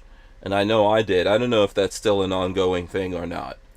You know what I mean? Yeah, they kill us on Facebook. Go ahead. We had the Crazy Scotsman on here a couple weeks ago. Yeah. And him and another buddy of his do a show called Foreign and Domestic every Sunday night. And they've just kind of said, fuck it to that rule. They've for a while, they abided by it, but they haven't been busted for that yet. Now, because I think they have something called gun check, or they used to, but I don't think they've been as stringent about that lately. Yeah, I don't know if they have or they haven't. I know that since all of that stuff kicked off, from my point of view, like where they specifically spoke to me, and then they told me, hey, we'll be watching you, and I have noticed. That because guys were saying, hey, if you do it at this part of the show or whatever, nothing happens. And then I had like Reed, for example, on the show, Reed Henricks, and he forgot and pulled out something, and like maybe 30 seconds later they kicked us. So it's this, but the big thing that I've noticed is that since I came onto their radar and they spoke to me, the channels have been hit. So Hank Strange, and then this channel that we do the podcast on, the Who Moved My Freedom channel, it's ridiculous, man. I mean, if you it's made us really a target, obvious. I'll be so pissed. Huh? What? So if you made us a target, I'll be so pissed. Yeah, we were flying under the radar. Now they know. No. I mean, so we do all of our live streams on a backup channel, and honestly, like, I really don't care about the video. Like, we have a bunch of people who watch it, but if they take that down, like, I don't care. I'll create a new one, and then we'll do it there, and then they can take that one down too. I'll create a new one. Like, know how many email addresses I have? Yeah. So one of the things, that's why, like, this is on an alternate channel, right? Yeah. I think I did that after YouTube deleted my main channel, and then I had to fight to get it back. So this is that, and then we're running through a piece of software that's recording it anyway. So for example, with Reed, when they kicked us, the software said, hey, you've gotten, you're not live anymore. Do you want to try to go back live? And we were able to rejoin. But even if we weren't, we could still record everything, even if people weren't able to continue live with us, right, on air. So those kinds of things. I mean, mostly I do it live like this just so that we could, like, there's a lot of folks out there who watch the show all the time. They want to ask questions, interject. I think that's, makes it a really cool, dynamic part of the show and all that. But it's bullshit that we're going through this. And then the real bullshit about it is, even if you comply with their nonsense, they're still ghosting you. Like, we are severely... I'll give you guys an example. Hank Strange has like 115,000 subscribers, and it grows every day, right? And if I put up a video that I'm shooting a gun, I'm lucky if that video gets to 2,000 views. Wow. It's ridiculous. And it's not fair, because you know what? They make money off of us whether we monetize or not. You know, they'll throw an ad on your stuff whether you monetize or not, and they're going to make money off you. Insidious about the ads. Yeah, Yeah. And the big thing too is like, say I've got something and I monetize it and it's making money, and they're like, okay, but you know what? It's got a gun in there, so we're going to demonetize it, but we're going to still run the ads and we're still going to make money on it, but you're not. And it's like, no, look, if I'm not going to make money on it, you should make money on it either. Yeah, I think they made a rule. They made a rule recently where even if you're not monetized, they can run ads on your stuff and get the money. That was a big thing for us because we never monetized our videos because we didn't want ads on it. You know, we don't want people looking at our stuff and being like, hey, you know, are these guys promoting that? And it's not. No, we don't. And you know, just like we don't take money for reviews or anything. We don't take money from companies. That way, you know, we just try to keep everything clean. I mean, go ahead, Shawn. Although last year, no, go for it, Mike. Last year, I think when my channel only has 4,000 subscribers, so you know, I don't make that much money at all. But I think the most money I made per month last year is when Michael Bloomberg was running for president and running ads on everything. Yeah, and it's like I just kind of laughed, you know, because I would go through another login to see what kind of ads were running on my videos, and you know, I'd see an ad for Michael Bloomberg, and it's like, well, you know, he's definitely not going to pull anybody who's watching my videos, so you might as well take his money and buy some guns. Yeah. What were you going to say, Shawn? I was going to say, Aaron said that we don't take money from companies, and that's not true. We advertise, but we choose who we advertise with, and we do it our own way. That's true. I'm sorry, but when we review a product, we don't accept money to review that product. Yeah, I understand. You know, so a couple of things on this. I have a separate channel that's just for, like, I'm doing it's for car stuff, and there's a lot of van videos on there. I don't have, to what Mike was just saying, I think I have like 3,000 subscribers on there. You'd be surprised at how well that channel does. You know, so weird. You used to be surprised at how big my videos are. You know, there's advertising on all of them. You know, it's almost like they don't want us to do this, which, I mean, obviously that's what they don't want us to do this. And it's this weird situation of we're doing something that's 100% legal. You know, we're all good people. We're giving people good information, helping people, educating people. All of that kind of stuff. It's protected, you know, by the Constitution, etc. All of that, but they don't really give a damn. They're going to be activists about it, and you know. When you were talking about how you had Reed Hendricks on and how you got pulled with him, Reed Hendricks is somebody I've never spoke to him, but he's probably one of the guys I have the most respect for in this 2A community, just because, you know, he says what he thinks, he says what he says, and, you know, he doesn't have a filter. And that could have been why that particular podcast is a bigger target for you, just because, you know, I mean, I watch most of Reed's videos, and, you know, just what he says on American history, on the Constitution, on, you know, the Second Amendment, and, you know, he's definitely, you know, kind of in your face and out there and has no filter. So, and he's one of the people I have some of the most respect for too in the 2A community. So that might have actually made you a little bit bigger target on that particular day too. I think for sure, yes. And I know there's certain people who come on the show that immediately, like, so for example, people come on this podcast and and that particular video gets hit. Even if they don't necessarily remove it, right, or do anything like that, but right after the video, it gets demonetized or anything, whatever would be happening, because of the name of that person. If we put their name in there, it happens. So, like, Antonia Okafor is one of those people that's on the list. Yeah. And whenever we put her name in anything, it gets hit, and there's other folks like that. And the only reason why I care about the monetization, because this weird thing happens. If you don't have monetization turned on, then there's no reason for them to even put your video out there. You kind of almost don't get anyone looking at it because they're not making money by being able to advertise off of it, so it doesn't get out there to a bigger audience. And then you have to find, like, okay, how are we gonna how we're going to get this out there. I think at the end of the day, this particular podcast channel is probably something like what Shawn is saying. Really and truly, it's the sacrificial lamb of what we're doing, right? Mostly what I want is to get that audio off of this and put it up for the people on iTunes and other places. And I've noticed that audience is growing, lots of people listening to it and all that kind of stuff. So yeah, I mean, podcasting is fantastic. Like we got lucky in the very beginning by focusing on podcasting and not focusing at all on YouTube. And that was easy for me to make the choice. Like, no, we're not monetizing YouTube at all. Because honestly, like YouTube ads annoy me and I didn't want them on our stuff. So we just got lucky with podcasting, and it turns out that it's like a whole different market and there's a whole different kind of listener.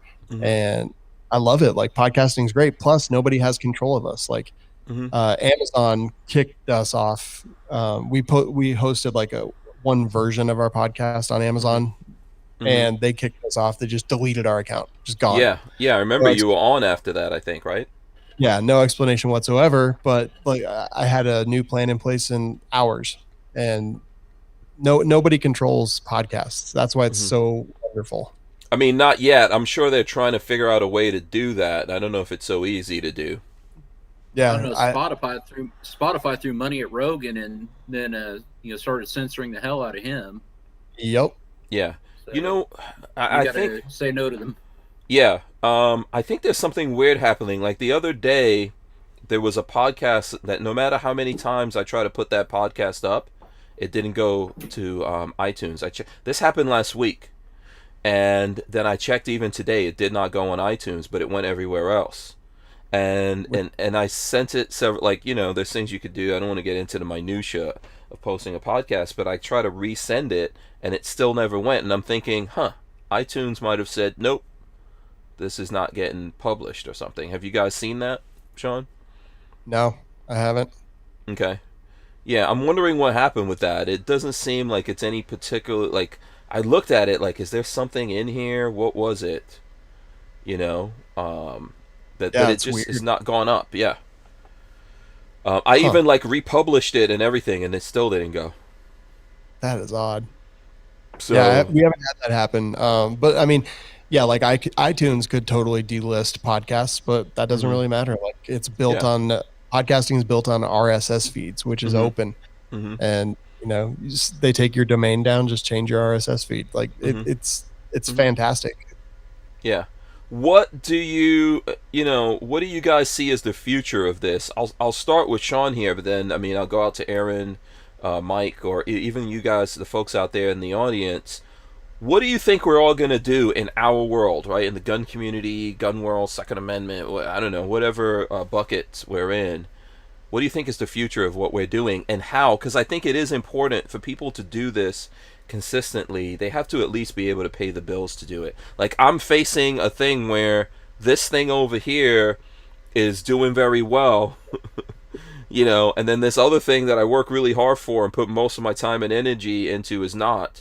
So how do we make this work for people going forward?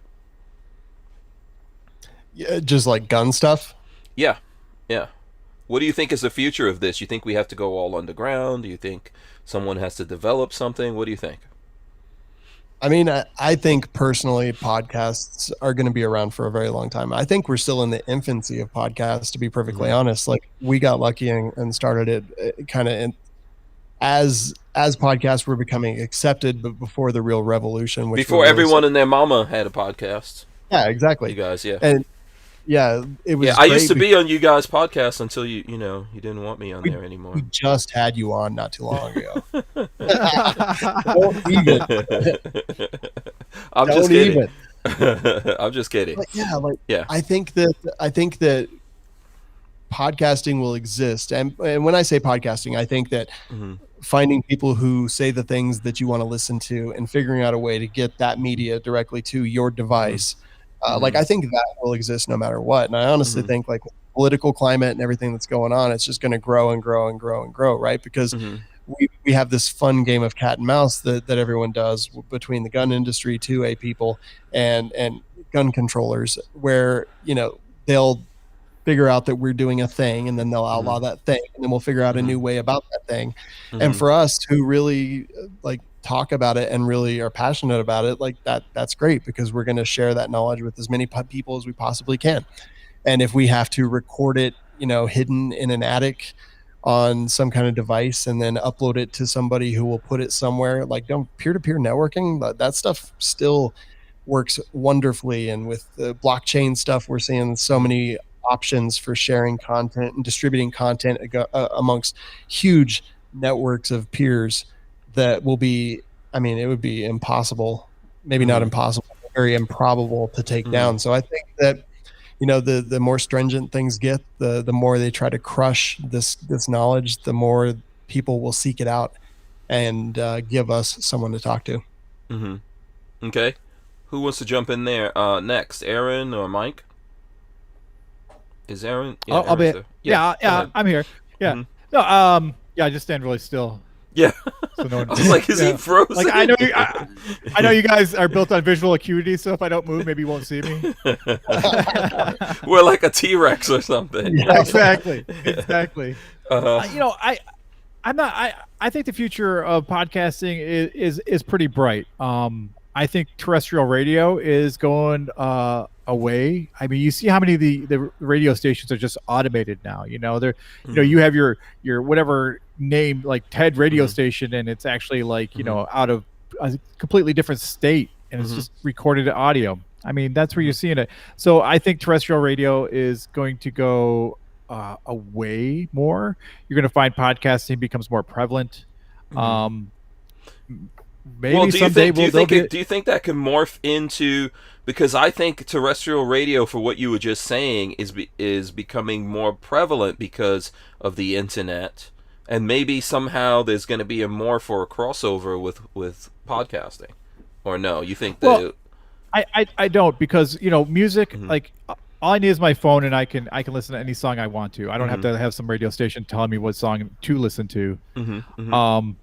Say, and that's how I prefer. Like I listen to the podcast I want to listen to. I'm not forced to listen to podcasts that other people play for me. Sure, I think the same thing with ads. But yeah, like I've been in the last couple of weeks. I've been on Armed America Radio a lot, and I think it works that way, and it's fun and cool to be on there. But it makes me wonder, like, where is that going? Is that going to get bigger and stronger, or? Yeah, and I honestly think that if things go the way we would love to go, you would see podcasts being more like a Sirius Radio, or XM kind of stuff. It's gonna go. You could get a digital subscription and find the channel that you like, and it has the podcast that you want to hear. Yeah, well, you won't hear We Like Shooting on that, because with a big platform like that provides access to a lot of people, what they also provide is immense control over what you want to say. And like, honestly, if we were going to do that, I would stop doing it. Yeah.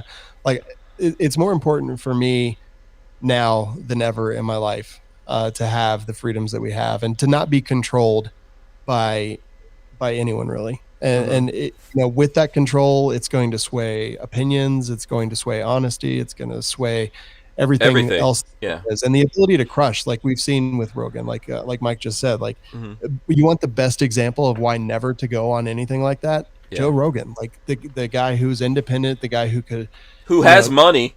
Yeah, write his own check and do anything he wants. Yeah, signs this big ass deal, and because of a bunch of Karens that work for Spotify, they're taking stuff down. They're exerting control over him, and that, like, I don't even listen to Rogan anymore. I just don't care anymore. I don't listen to him because I can't find him. I can't find him on YouTube except for some snippets, and you can't find the whole thing. Even like right away, I remember in the beginning, you could right away find some of the episodes and you could look at the whole thing or whatever, and I find that very difficult, and on Spotify it's ridiculously inconvenient for me to figure that out, and I almost feel like he missed an opportunity. I'm not saying, look, he has money, he probably needed, he's got a family, right? You want to make sure you could take care of your family and all that stuff, but I think it was a bigger opportunity if he would have built his own thing for real freedom. In the long run, he could have built something that him and his family, his grandchildren, great-grandchildren forever could have benefited off from. I don't want to not let Mike get a chance here. Mike, what do you think about this before we get all in the mix? What do you think is the future of this? It's probably going to have to be, smaller independent people to get the message out there. I've always said, granted, I just make videos. I don't do live thing, but I've always said, like YouTube, they're going to have to kick me off. I mean, because I think that we need to have a voice. This is where everybody comes into, even though we don't like the rules, this is still where the eyeballs are at. This is where you need to be preaching, where you're not preaching to the choir. And a lot of times, like, that's kind of why I think Full 30 kind of, I don't want to say it failed, but why it failed is because it's too much preaching to the choir. So it probably is going to have to be smaller independent podcasters. Granted, I don't listen to, I mean, no offense to any of you guys, I don't listen to too many podcasts just because I don't have that much time during the day. But, well, I'm hurt. I know. Wow, Mark. I'm just kidding. It's Mike. It's Mike. I know. I know you know. I know you know that.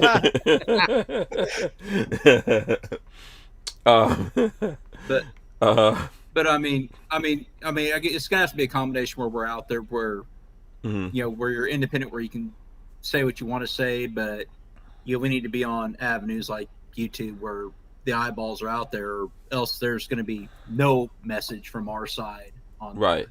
I think that I get the bigger pool theory, or like it's better to be in the ocean than in a limited pool theory, and I think I understand that, and there's definitely merits to it.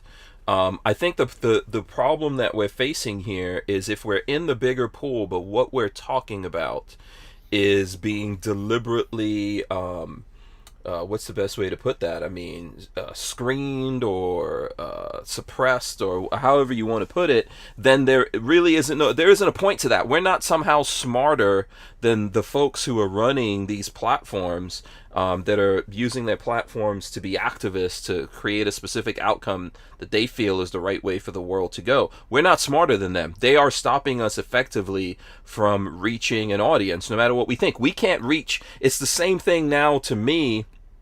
My impact on YouTube when it comes to gun stuff is the same freaking impact that it would be on Full 30 or Gunstream or anywhere else. It's the same thing. They've done effectively the same thing to us. So if we stay there, we're like that stupid mouse that's just sitting, where the cheese used to be, waiting for the cheese to come to us. Yeah. So, huh? So true, man. And then that's like what I love about podcasting is we're out looking for the cheese every single day. And you mentioned the ocean and like a a smaller body, like in the bigger ocean. Yeah, there's definitely a lot more potential and a lot less control. But yeah, less fish will see you along the way because there's just less fish in the area that you're in.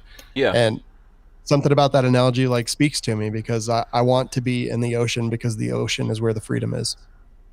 Yeah. So I think the thing that happened with Full 30 and Gunstreamer and all these other things that tried it is it takes a lot of money. It honestly takes a lot. Like for us to go live here using YouTube, that's expensive. Right? Well, that's the thing is does YouTube, have they ever even made money? Because I know for a long time, the reason forums like Full 30 and Gunstreamer couldn't compete was that YouTube was still a net loss for Google, and Google's the only thing that was big enough to handle it. But YouTube's also the second largest search engine in the world, so they don't want to dump it. But YouTube was still being, and I sorry, Amber Alert popped up. But YouTube was being run at a loss, and something like Gunstreamer or Full 30, where there's people dumping money into that, they can't afford to even compete with something that's already the second largest search engine in the world, but it's also being run at a loss. So, and that's probably why YouTube's getting insidious with the ads now and trying to force people into the paid version of it. I think that if you separate out YouTube from Google, I mean, maybe it's a loss leader for them, maybe still, comparatively, but lots of companies run loss leaders, right? Like this is a thing that people say about Tesla, for example. Oh, they're losing a lot of money. Well, if you're cornering the market, you're losing money now, but you're going to gain it. And I think that's what's happening with YouTube. It may look like they're losing money doing this, but they're controlling a massive part of the market. Obviously, you've got Netflix and other people jumping into the game here, but they still have a massive part of the market. So I think in the long run, they're not losing out. And I don't think that Full 30, Gunstreamer, or anything else like that out there ever competed with them ever. Well, no, that's what I'm saying though. Mm-hmm. YouTube, it is a loss leader, but since it's owned by Google, that's if you're trying to get into something where you're not going to lose your ass, Mm-hmm. You can't compete with something like YouTube that's as big as it is and still losing money. Mm-hmm. You're not going to make money at the same thing that the biggest fish out there is losing money at. Yeah, I think I don't know. I don't know what Shawn thinks about this, because he's like the big tech guy. Kind of like he just called you fat, Shawn. He's, I know. I mean, he's an undercover tech guy. I don't think he doesn't necessarily want anyone to know that. I think there's an opportunity here in our space, but it depends on how it goes down. We need probably multiple pieces to come together. Like first of all, we need the money piece of that, right? I think cryptocurrencies, and obviously, like, I have something deliberate or specific that I'm doing with TUSC, so I've got my own prejudices when it comes to that, right? Because I'm doing stuff with TUSC as a crypto. But I think crypto is part of that. The blockchain, like Shawn was talking about, there's a bunch of different things that need to get together here. If we have servers that they can't cut off like they've done with Parler, and other things out there, and then we have a way that we can move money around to each other, and then we have these platforms sitting on there where we're not necessarily just in that small pool that Mike's talking about, but if people are looking for this kind of stuff, they can find it. For anyone who's interested right now, there's a lot of people interested in America and guns. That's why all the gun sales, all the ammo sales, and people are still finding this stuff. And if you look on YouTube, one of the things I've noticed on YouTube, if you look up gun stuff, there's actually gun videos there from people you never heard of, and those videos are big. Has anyone noticed that other than me looking at those videos? No, I totally have. I was like, what is this? Yeah, who is this person? Why is their video big? You know why? YouTube hasn't marked them yet. They haven't said, "Oh, gun person, we're gonna screen you. You're out there." Or maybe they're not talking about the politics of it. So whoever they see talking about the politics, they're like, we're gonna cut you off. There's still other guys who we do know who maybe don't get onto politics and stuff like that, and they're still doing well. So a bunch of pieces need to come together, in my opinion, and a lot of times that comes out of strife. Like we were talking about survival stuff. I think it comes from strife, and almost everything has to get shut down and go apocalyptic for the industry, the people, for all the pieces to get put together. Let me stop running my mouth and let someone else jump in on that. Well, I think you have a really good point at that last part. Is a lot of us out here, gun people or whatnot, are like, it doesn't affect me, so I don't care. Oh, they're going after this gun? I don't care. I don't have that gun. I don't even like that gun. Or they're going against this YouTuber over here. I never watched this stuff. Who cares? But it's the whole problem. Mm-hmm. It's one piece of the big picture, and by the time it gets to you, it's too late. Mm-hmm. Yeah. Shawn or Mike? I think Aaron's talking to his dog. That's why anytime you see YouTuber get knocked down, you need to kind of, or a gun tuber get knocked down, you need to kind of support them. Mm-hmm. Seeing it happen to Hank. I think pretty much everyone's gone through it at this point. I don't know people who haven't been affected by them. I'm talking about people who've actually had their channels just new. Like you actually had your channel new. I'm definitely not a big fan of them, but I noticed that a lot of gun tubers came out and supported Jaeger when his channel got nuked. There's a lot of smaller channels that are getting nuked, unfortunately. That I don't support anyone's the channel resources. I don't support anyone's channel getting nuked, whether I like that person or I don't like that. None of that stuff has anything to But do with anything. Everyone has the right to put their thoughts and their work out there. Go ahead, right, Aaron. so But I mean, but you're like I don't I don't like it, but what do you do as a reaction to their actions? Do you do anything, or you're just like, I don't like it? no, I'm talking about like you got to support them. I'm saying a lot of people didn't support them. If gun, go out there, just make them aware. I mean, I know it may not do anything in the long run, but I mean, show their support for these channels. Like, I think we all. I don't know if I would say that people don't support folks when that happens. I think that people do support them, but I don't think that people supporting them is enough.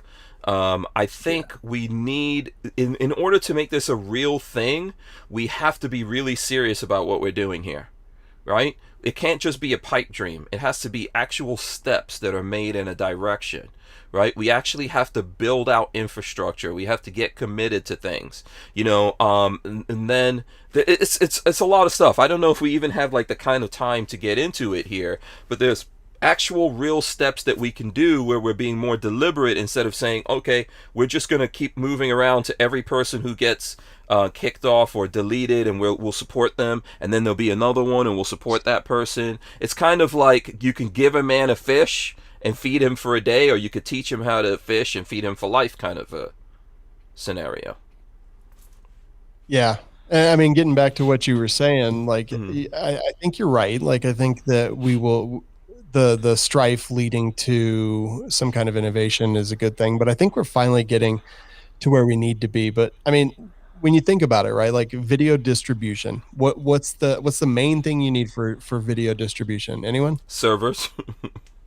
I'm assuming. Yeah, Okay. I would say there's something even bigger than that, though. What's Audience. Okay. Like, Audience? that's why Yes. you Okay. need Okay. everyone. Audience, right? Mm-hmm. Like, we could build the best thing that's ever existed. In fact, Full 30 these days is actually great. Yeah. But what they don't have is audience. Like, Gunstreamer is great, even though it's kind of like a zombie right now, but they don't have the audience. Yeah, so the audience and like that huge amount of eyes that are constantly going to be seeing things, right? Because people are super lazy. They just want things to be kind of given to them, which is the reason that YouTube's algorithm is exactly what it is, because people are generally lazy. And I'm not like insulting anyone. I'm just saying, like, all of us, we're generally lazy, and that's why the algorithm shows you what it thinks you want to see. So we're getting because that is what you want to see. Right, exactly. It's pretty good, actually, most of the time. It hides the stuff that I care about mostly, which is guns. But the people that I'm subscribed to and ring the bell, generally I get notified. But getting back to what I was saying, like, it's this distributed mechanism is this thing that they can't take down. And so we could design the best thing ever that's a distributed platform that allows different peers to upload and stream different parts of video and then that. But even that, I think you're going to have a huge problem with scaling that, because regardless of how big your pool of peers is, like, eventually you're going to end up with limited by their amount of bandwidth that they can actually upload and stream to.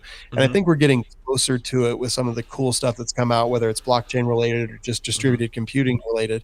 But eventually, like, if people want to help, like, sharing when somebody's channel gets taken down, that's cool. But if people really want to help, it's like, I don't know, like getting involved and having peer systems and doing research into some of the cool stuff that's out there right now, like all the different video platforms, Rumble and Liberty, Odyssey, and like just all these different things. Because no matter how good it is, if people's eyes aren't there, then it doesn't matter. Yeah. If we want something to succeed, we have to make it succeed. It almost happened with Parler, right? Everyone started going to Parler, and then these guys pulled the servers. But I think you're right. Ultimately, it comes down to the audience. And then the moats or the the walls that you could build around what they could do by pulling down your servers, or other parts of the puzzle that could be worked on. The thing here's what I would like to see if I could make a wish list. I would like to see. I don't want to see that platform or any of the systems that we're going to use belong to one company, not even in the gun industry. I'm gonna tell you guys why. Because I like the idea of decentralization, right? And I don't like the idea of one company. I don't care how good they are and how much I love them. I don't like the idea of one company owning and controlling everything, and then when they decide they don't like someone else in the gun world or gun community, they could kick that person off. It's the same nonsense that we're complaining about here. So for that reason, I would like to see it something. I don't care if different companies have a hand in the pie or whatever. None of that matters. I would like that to be kind of like an independent thing of the overall industry and people's feelings, Then I'll be happy to support whatever else goes along with that. Yeah, I totally agree. Decentralization is like the key to freedom, really, because no matter what, like the Batman quote, every hero lives long. If you live long enough, you'll see yourself become the villain. And it's so true. It's so absolute power corrupts absolutely. Yeah. Yeah. But yeah, I agree with you on everything you're saying, Hank. I was going to throw out a something like that too. I was going to say the apple doesn't fall far from the tree. It doesn't have anything to do with the comments, but you guys are just throwing out random sayings, so I want to be a part of it. Yeah, listen, I would if people. I know we're running into the 9:00 wall here, but the reason why I think this is like an important conversation, I hope that everyone's listening, because I think what Shawn said is really, really important. The audience actually is the biggest part of it. Well, and here's the thing right here. So I've been watching, just paying attention. You know how I said that everyone's lazy, right? Well, I've seen the numbers spike watching up to 60s, 70s, but it was under 60 thumbs up. So like people who are watching literally right now can't even be bothered to hit a thumbs up on a video. And I'm not criticizing. I'm not saying you're wrong. Like I'm guilty of the exact same things, but two-way people want like all these things to grow, and they say we need our own YouTube, but goddamn, dude, like can't click a thumbs up, but somehow we're going to get a critical mass over to some new platform. It's just like it's a pipe dream. And it's just it's just as difficult. Man, you're right. And I'm not trying to beat up on anyone for it either, because we are all guilty of it. It's just as difficult as how we were talking about food and eating right and all that, and how difficult that is for all of us, not just you and Aaron, going on to this particular food plan. It's the same kind of thing. We all have to figure out how to make the sacrifice and act like we're in survival mode and start doing what we have to do. Like right now, we don't have to hunt our food and do all these kinds of things. We can easily just get up, all of us, from where we are and go to a store if there's nothing in the fridge, and so we'll do that. But if overnight you woke up and we were in an apocalypse situation, some people are gonna fall apart. Most human beings are gonna adapt to that pressure and start doing it. So where's the thing for all of us where we go, okay, that's it. We're gonna tell us what's the thing. What's the platforms? We're going to go there. We're going to look at stuff. We're going to share it. We're going to participate. We're going to give money or do whatever it is we have to do, right? Yeah. I mean, so we moved, we decided to make the move of our core group. I don't remember what you called yours, but we call it our gun cult. That's like our Patreon kind of, but I ended up writing my own because I didn't want to use Patreon anymore. So we moved to MeWe, and a bunch of people stayed on Facebook because they just didn't want to go over to MeWe. And it's funny because those are the people who are constantly bitching about Facebook censoring everything under the universe. And almost to a person, the people who bitch the most are the ones who didn't want to go try a new platform. And I'm not criticizing. Like, if you don't want to try a new platform, don't try a new platform. But shut the fuck up. We're all messed up like that. I mean, I think it's one of the reasons why I don't want to dig that far to find Rogan. Right, exactly. No, I totally. It's just crazy because we all complain about this, but there's very few actually doing the work to do it. And You're right. I was just gonna say, And the people who did, like, I value them so much more because they jumped away from that censorship platform, even though their families are there, even though cool groups that they like are there. They were like, yeah, you know what? I recognize this. I'm gonna go here. I'm gonna participate, and I'm gonna be active in this new thing. And like, I love that group more than ever now, because it turns out that a lot of people that didn't want to come over were the ones that were causing a lot of problems. So yeah, you separated the mice from the men. I don't know if anyone has to go because we're at 9 o'clock. Let me know if you guys have to go. I'm gonna wrap it up here in a few minutes. I think if we could, we should figure out a way to talk more about this kind of stuff and see what it is exactly that we could do and give it, like, make a good run at this. Ultimately, if we talk about it and we come up with stuff amongst ourselves, and as Shawn is saying, people don't really get involved, then it's not going to go anywhere. But at least, like, the way I feel about it, at least we fought and we tried to do something, and we came up with maybe some, I don't know, rough standards of like, hey, let's all put stuff here, let's all share it this way, let's do this. If there's really a community out there, we could survive on it. Aaron, I think you want to jump in? Yeah, one of the things that I remember us doing, I mean, years and years ago when we all first started out, is we would meet every Monday night and we would talk. Like, what's working for you? What's not working for you? Do you have any ideas? What can we help to implement? What can we help for you? What can you help for us? I mean, that's what we really need, is another organization or a group of us, like-minded people with the like-minded desires and like-minded goals, to sit around and be like, what can we do for each other to make, to lift each other up? And that's one of the things I think that really helped in the beginning for us, for you, for everyone else that was involved in there. Yeah. I see that in a different way. I was going to say it was a disaster, actually, because of selfish people. I'm going to agree with Shawn on that. Well, those selfish people weeded themselves out of the entire industry at this point. I mean, look at it. How many of them are still around? Just us. But I think we grew stronger as individuals and as a collective together because of our friendship and what we did in the beginning. I think that's all. I think both of you guys are right on that. If you're really committed and passionate and you have desire, drive, and all those kinds of things, you'll survive despite stuff. What did you want to say, Mike? I would say he's talking about meeting. Actually, like a bunch of us kind of smaller gun tubers. I mentioned him earlier. You had Crazy Scotsman on a while back. That dude is, anybody's down, anybody gets sick. I mean, this is like even going outside the gun industry a little bit. Like, anybody kind of in our circle that is down, gets sick, has a family member, that dude's always out there having a fundraiser. I mean, he's, between everybody, like, just having giveaways and stuff. I mean, he's probably raised thousands of dollars for various people, and stuff like that just kind of grows the community a little bit too. Yeah, I think ultimately, hey, let him know I want some money. Listen, ultimately we have to be that community.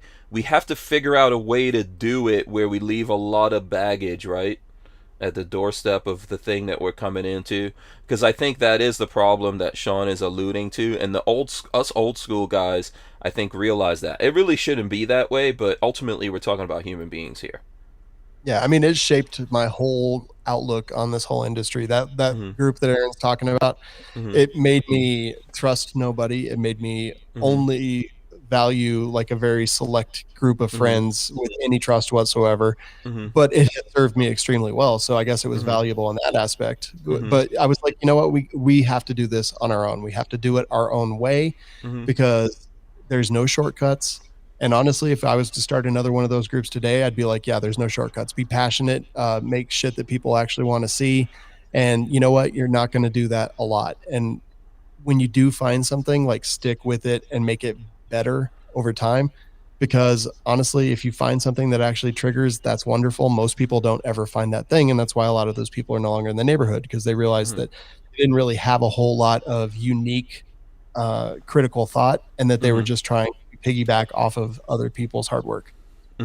Yeah, I think all of this is the reason why I went a little long here, because I think this is probably like the most valuable thing for some people listening to this podcast. This part of it, it's like, if there's an apocalypse, we're all going to try to work together, but we're not going to be able to work with everyone. Some people are going to need to be taken off the face of the planet. You Yep, know, totally. and But I will we'll have take to the have wife some. off. Huh? What was that? No, not you. I'm just not you personally, but I'm just saying in general, the people out there. Mm-hmm. Hide your women. Saying, Oh. because I'm here. Oh yeah, the too much sexiness coming from Aaron for the people. Right? You saw that picture of me earlier, dude. I was like, that was Hi my. there. What is it? You Blue mean the skill past pose. picture of you? The past picture, the past Right. one, the one that you're not anymore. Maybe. Yeah, now you're just like an old mountain lion walking around waiting for someone to cook you up into a soup. Grr. Okay, listen. I think if people want to take something out of that, I think it was great. I think the whole show was great. I actually really enjoyed doing this. I'm going to do a wrap up right now. I'm going to start with Milsurp Mike. Tell the folks out there who are listening where they can find you, how they can support you, Mike. Mainly, I'm on YouTube. I make military or firearm history videos on YouTube. Mostly, sometimes I delve into politics. I've actually done a little bit more of that lately than I've wanted to. But I'm going to be getting back into the military history. I'm working on a couple videos right now. So I'm on Milsurp Mike channel on YouTube. I also on Twitter, Facebook, Patreon, Instagram. So anyway, if you want to check me out, like I said, mainly I just make military firearm history videos on YouTube. Awesome, thanks. And let's go to Aaron. How can the folks out there really? find you, Aaron? Yeah, if they want to get some of your magic man meat or whatever it is you're thinking Whoa. about in the apocalypse, what do they have to do here? All you got to do is slip into my DMs.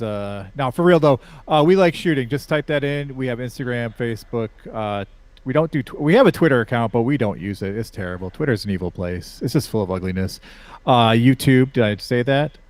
Okay. Yeah. I guess any social media platform you're going to find us, or wherever fine podcasts are served, you can listen to us. Yeah, it seems like Jeremy should be running the Twitter. Shawn, where can the people find you? How can they communicate with you? If people want to get on the We Like Shooting show, how do they do that, if that's possible?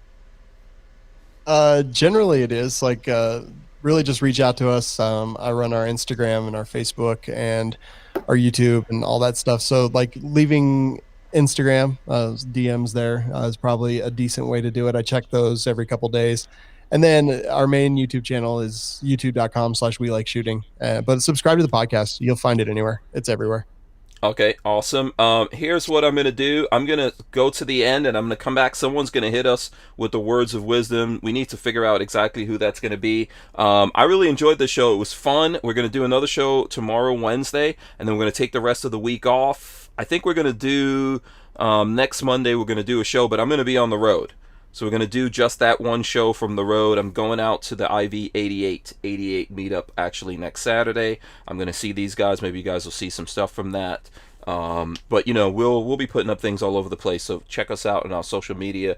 Big thanks and shout out to Barnauls for sponsoring the show here. Big thanks to Milsurp Mike as well as Shawn and Aaron from We Like Shooting. And all of you guys out there, you still have time to smash the thumbs ups like Shawn said. I'm going to roll in the end and be right back. Everyone stay right there. We're coming right back. Alright guys, thanks for watching. Don't forget to smash those thumbs up like I just said. Ring the bell so you can be notified every time we go live.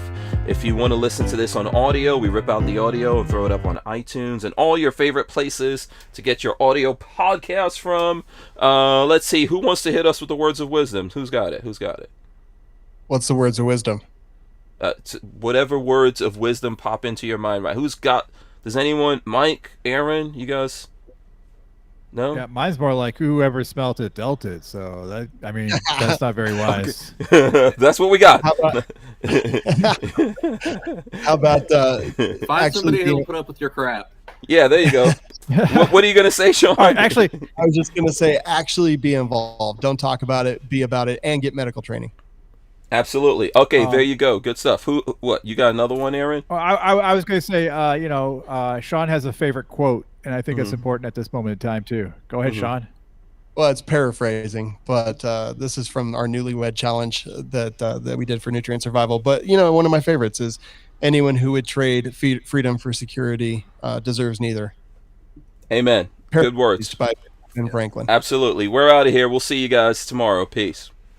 Deuces.